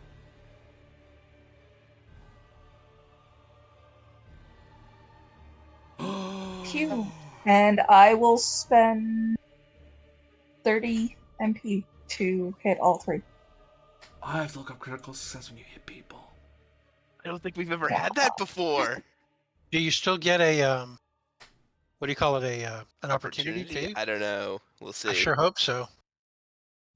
On an opportunity, each target hit by this spell suffers dazed. Ah. So yeah, that's the cool. That's what it is. It depends on the attack or the spell. Certain Right, things right, have right. opportunity attached to them. So you can either actually, I will say, if I remember correctly, that opportunity is an extra thing you can spend your opportunity on. As in, it's an extra option. So it can be that, or it can be another type of opportunity. Like lowering the clock. Yeah, that's if I have a choice, I'm gonna roll back cloak instead of inflicting dazed. Yes, sir. Ow, Great so that shot. is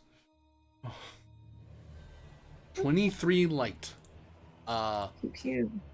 This person drops their chain as they fall over.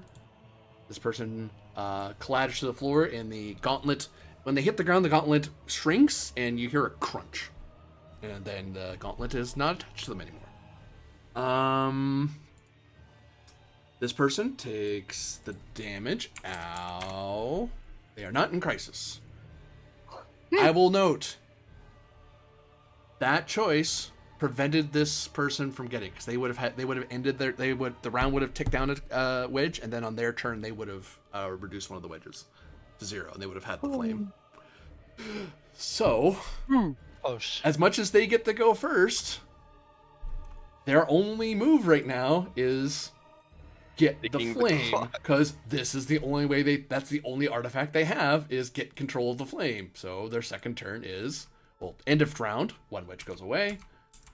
Then second round, second round, their action, they take away one wedge.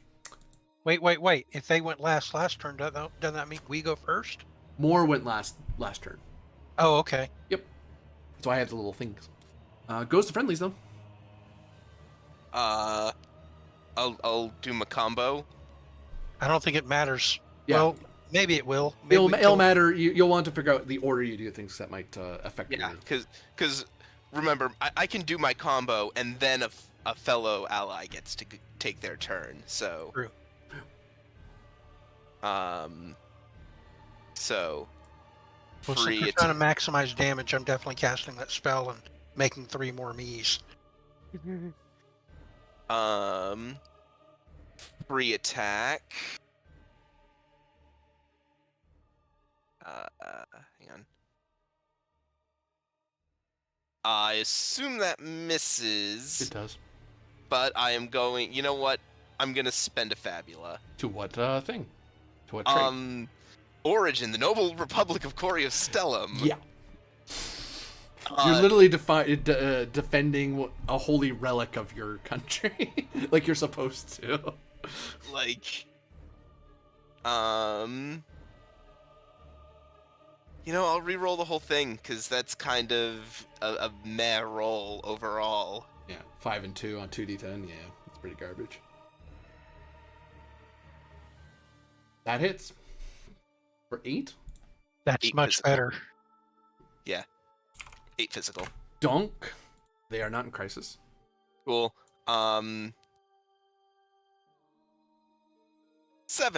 Take a shot. All right.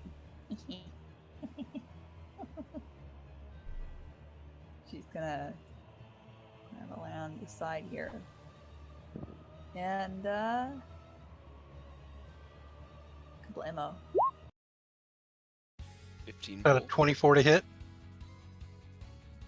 Oh yeah, because of the +5. Bolt. Crack.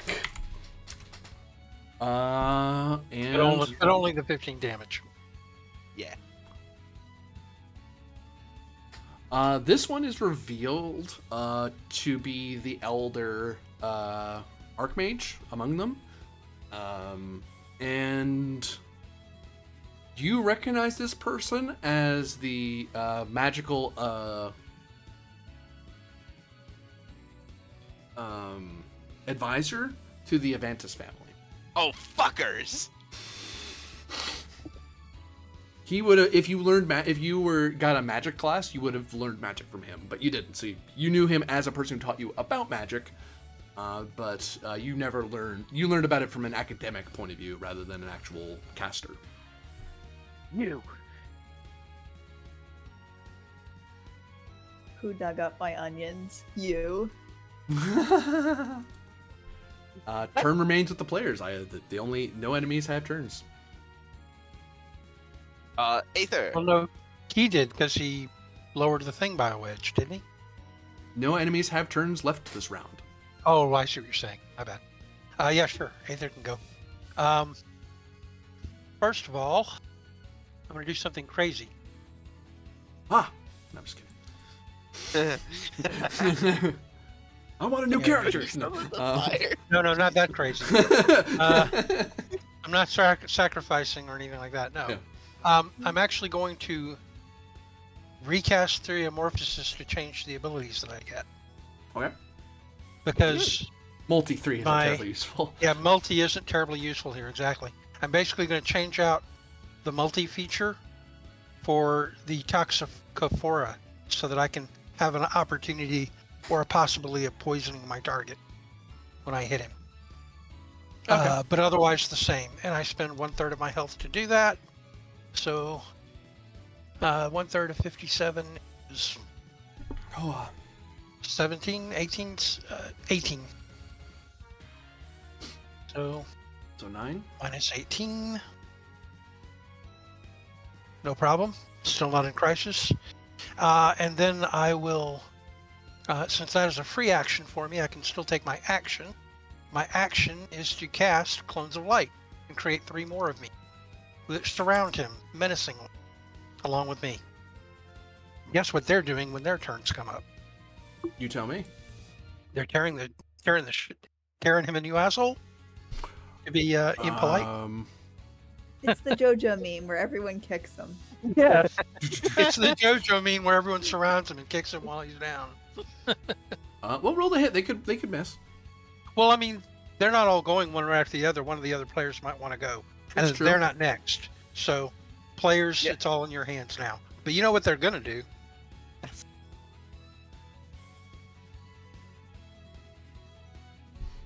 Who wants to go next? Because the enemies don't have turns anymore. This round. More? Sure. You might want to save and so you can snipe the kill. Up to you. Somebody go. I'm just checking everyone's health. We're doing pretty good. For No one's in health. We're crisis. doing good. Alright, in that case, I will spend. I guess there's only one target left, so 10 MP to hit the remaining dude. Pew! When What's up? you fire off a beam of light at him. That hits.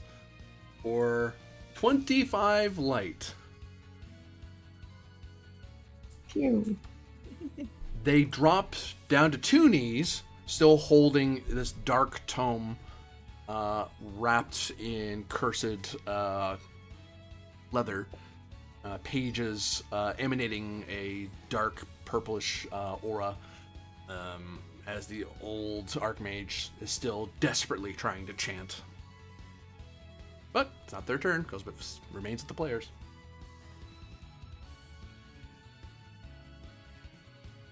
It's either Zemin Demeril or Team Rocket. Rocket! Yeah, that's right. Team Rocket is blasting off. All right, we'll just do them one after the other, all 3. Is that fine, guys? Sure. Yeah. It's funnier Alright. that way. It is. Okay. So the first one is 12 to hit for 19 damage. And the fight ends. Okay. Anyone hitting him would have killed him. Well, they also take him anyway. He gets 2 more. The reason I switched to that other thing is if I scored 20 damage, then he's also poisoned. But anyway, yeah. You are victorious as you're able to, and the clones fade with time. Yes, of course. And yeah, these 4 mages are all knocked out, pummeled into unconsciousness, because I imagine you guys don't necessarily slay humans if you don't have to. That's up to you. But they are defeated. They can't fight back anymore. Each of them have different artifacts. I will say unto you that there is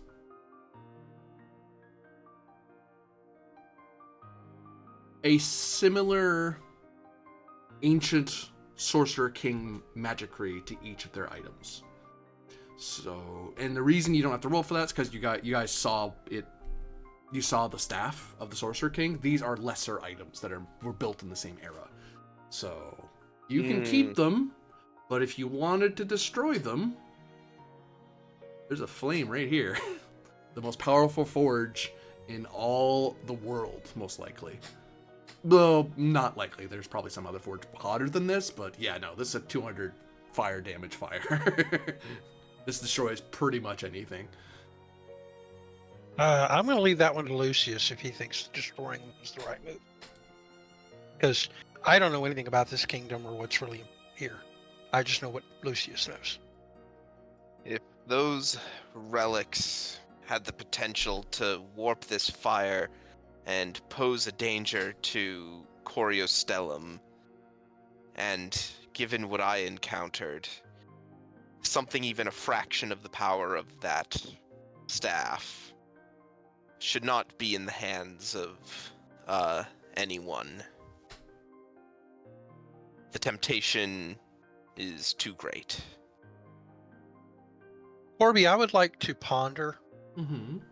what the repercussions of throwing these artifacts, especially the magical staff of Regency itself, of what utter destruction of that means for the world itself. Insight's part of it. Before I go any further, I feel like this may be really important.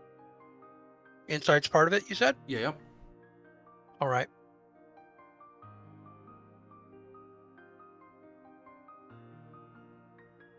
I have a 12.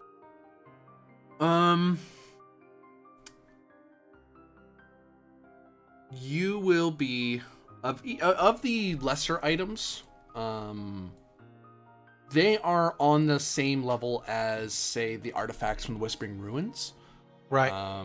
Their destruction would be a destruction of a tool, but it's a tool that will never be used again. Because you can't make another one of this. You can't buy these things in stores. They probably went on an adventure of their. While you guys were running around in the Darklands, these four were probably running around Corio Stellum, gathering these artifacts. Sure. One of which they didn't have to gather, because the book, for example, is something this Archmage already had in his library. He didn't have to look for it. That one told him where the other three were. The staff is a horse of a different color.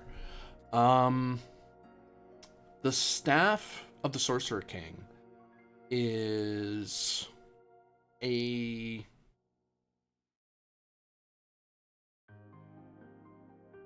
weapon of an artifact weapon that you get the sense that it would change Lucius's destiny, his fate. He would succumb to fate and change who he is. Other people who wanted to use it need to be martially trained. So from a Fabula point of view, from a heroic point of view, you would be losing out on a powerful weapon that could be used for fighting certain high-level monsters, because it allows you to do different types of damage. It's a very powerful weapon in its own right. And if you're a caster, there's probably extra things you can do through it.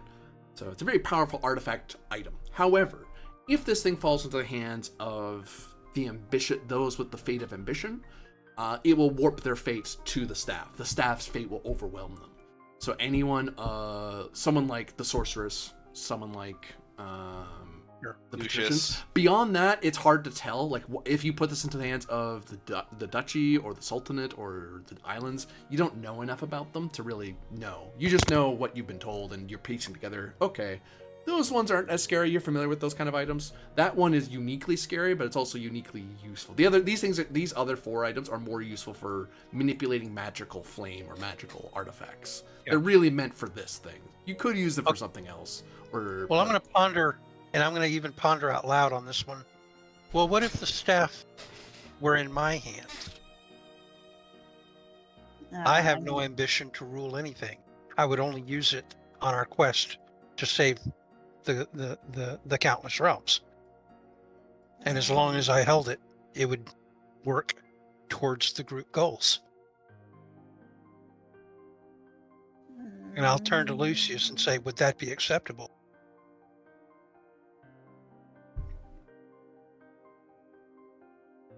He looks at Aether no ambition, really. I'll just shrug and say, well, it would be nice to find others of my kind if they exist, but no, not particularly. Hmm. I just want to protect people. Find a home someday, maybe. And you promise to keep it safe. Of course. The last thing I would want is for dangerous tools to fall in the wrong hands. Lucius looks around at the rest of the party. And all of you? Oh. Listen, like, we could all try, but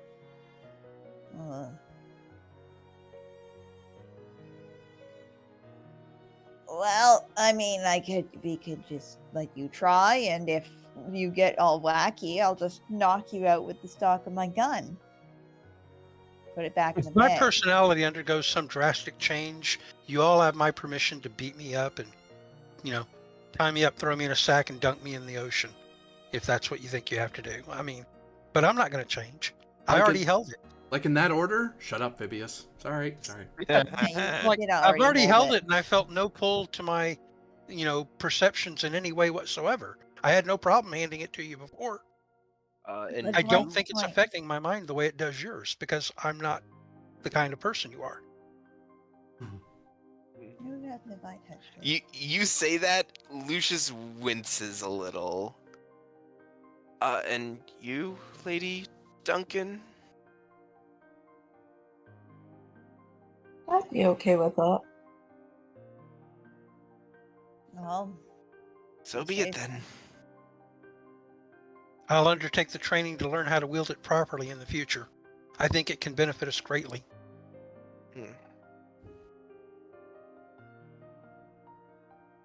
It might even be a more powerful weapon than my transformed claws. Seventh little drone, but it's been buzzing pretty loud, trying to keep this thing aloft, and it just kind of kadunks it on the floor, and it just kind of like rests there on the ground. Thunk. I will turn once again to you, Lucius, and say, only with your permission, my friend. I would not do something that you are completely uncomfortable with, but I strongly feel that this can benefit our party. Very well. As soon as you say that, I jump forward with a great big smile and give you a big hug. Cool item acquired. Yeah. Acquired, sorry. Oh, okay. And then only after the hug and the, the release and all that, then I'll, go over to the bag and casually dig into it and pull out the staff and hold it. Like, I think I'm going to name you George. You get the feeling that this item, until you get martial training, I won't tell you what its attack thing is because you can't attack with it right now, but you can attempt to use it in a magical way, using one of the 4 elements that you're aware that it was marked with. When you do that, I will be rolling a travel die, d12. If you roll 5 or lower, I'll tell you what spells you can cast. Or if your spell effect you're trying to do works. If you roll 6 or higher, something bad happens. If you roll Discovery, then it's a lot more. It's basically a special power you'll be able to use. So it's very unstable because your destiny is countering the fate. Your destiny to reunite with your people counters its ambition to try to make you a king. He's like, I don't want to be a king. Well, be a king. Right. I don't want to, and that's very unstable. But it can't control you because it has no pull on you. Sounds great. I'll just add it onto my character sheet with some big question marks for now and figure it out later. Because you now have an artifact item. So that would go under equipment, probably. Yeah. Artifact. Yeah, I'll worry about it later. We'll write it in later. That was great. From this place, you will the 4 of you will be able to ascend out up the steps. The priests at the top will be very confused, and we're bringing these guys tied up, right? Yeah, Vibius and Abrinius will probably help with that. Yeah. What of their artifacts to control magical things? Are those being tossed in, or are you taking them with you? I think we're tossing those in the flame. Is it really necessary to toss them into the flame? Did we Or study them is first? the is the only thing good about these artifacts that they control the flame? You'd have to study them to know what else they did. Right. And then maybe we Yeah. could leave them in the hand of the clergy here. Yeah. That sounds Yeah, good. we need to understand how they were made and why. So Yep. you'll gather them up. You'll study them, or have the priest help you study them. But yeah, as you all start your ascent up the stairs, it is from this place, a being far, far away, and many eyes and many ears, gladly sigh with relief that despite the Forgotten Gate being breached, a most powerful dark sorceress cultist will get into into that place across a sea of souls, and they open the door, and as the door opens, the sea of souls, the door opens to nothing. It's just the wall, and then the doors just kind of melt and fade away as the staff of the Sorcerer King that was lancing the physical world into the Sea of Souls is no longer there. Therefore, all that stuff you saw down there is no longer there, so they have nowhere to go. So there's a certain cultist out there who's very angry that it didn't work, and they don't know why it didn't work. They did the sacrifice, they did the ritual check. It should have worked. And it didn't, for some reason. And worse, they don't know why, because their cultists that they sent on the other side of the dungeon got captured. So, oops. Rip. That is that particular conspiracy got thwarted, and Pretty hard. the sacred flame continues to rest in its holy place, as you all know that sacred flame has a far more important monument and reminder of what could have been, and Lucius Avantis of all of you knows the most as you walk away from it. That with that staff, if you had embraced your destiny, you could have taken control of that flame. And that would not have been a good thing, I don't think. Well, depends if you want to be a good guy about it, but you'd have a very terrible weapon that would not allow you to... There's no sparing people with a weapon that powerful. Yeah, no, Imagine using it as a cutting absolute. torch, though. You know, everything, all that stuff about absolute power, something, absolutely. Corrupt's absolutely right. Very Okay, nice. okay, but hear me out. Wouldn't it make a good cutting torch? Imagine. Imagine. Hot knife through butter. I definitely give everybody high fives all around. It's like, task failed successfully, everybody. With that, We fell into their trap and we made it out. all of you watching, thank you very much for watching. Those of you playing, thank you very much for playing. And we shall see what the heroes bound, who would defy fate and bound by destiny in Fabula, shall do with the growing Avantis conspiracy and how they're going to save Corio from the fate that awaits it. Until then, hope to see you next time. You'll have a good one. Bye. Yay. That was such a great session, Corey. That was fun. That was fantastic. Thank you. Oh my goodness. Oh my goodness. Such a great session. Oh.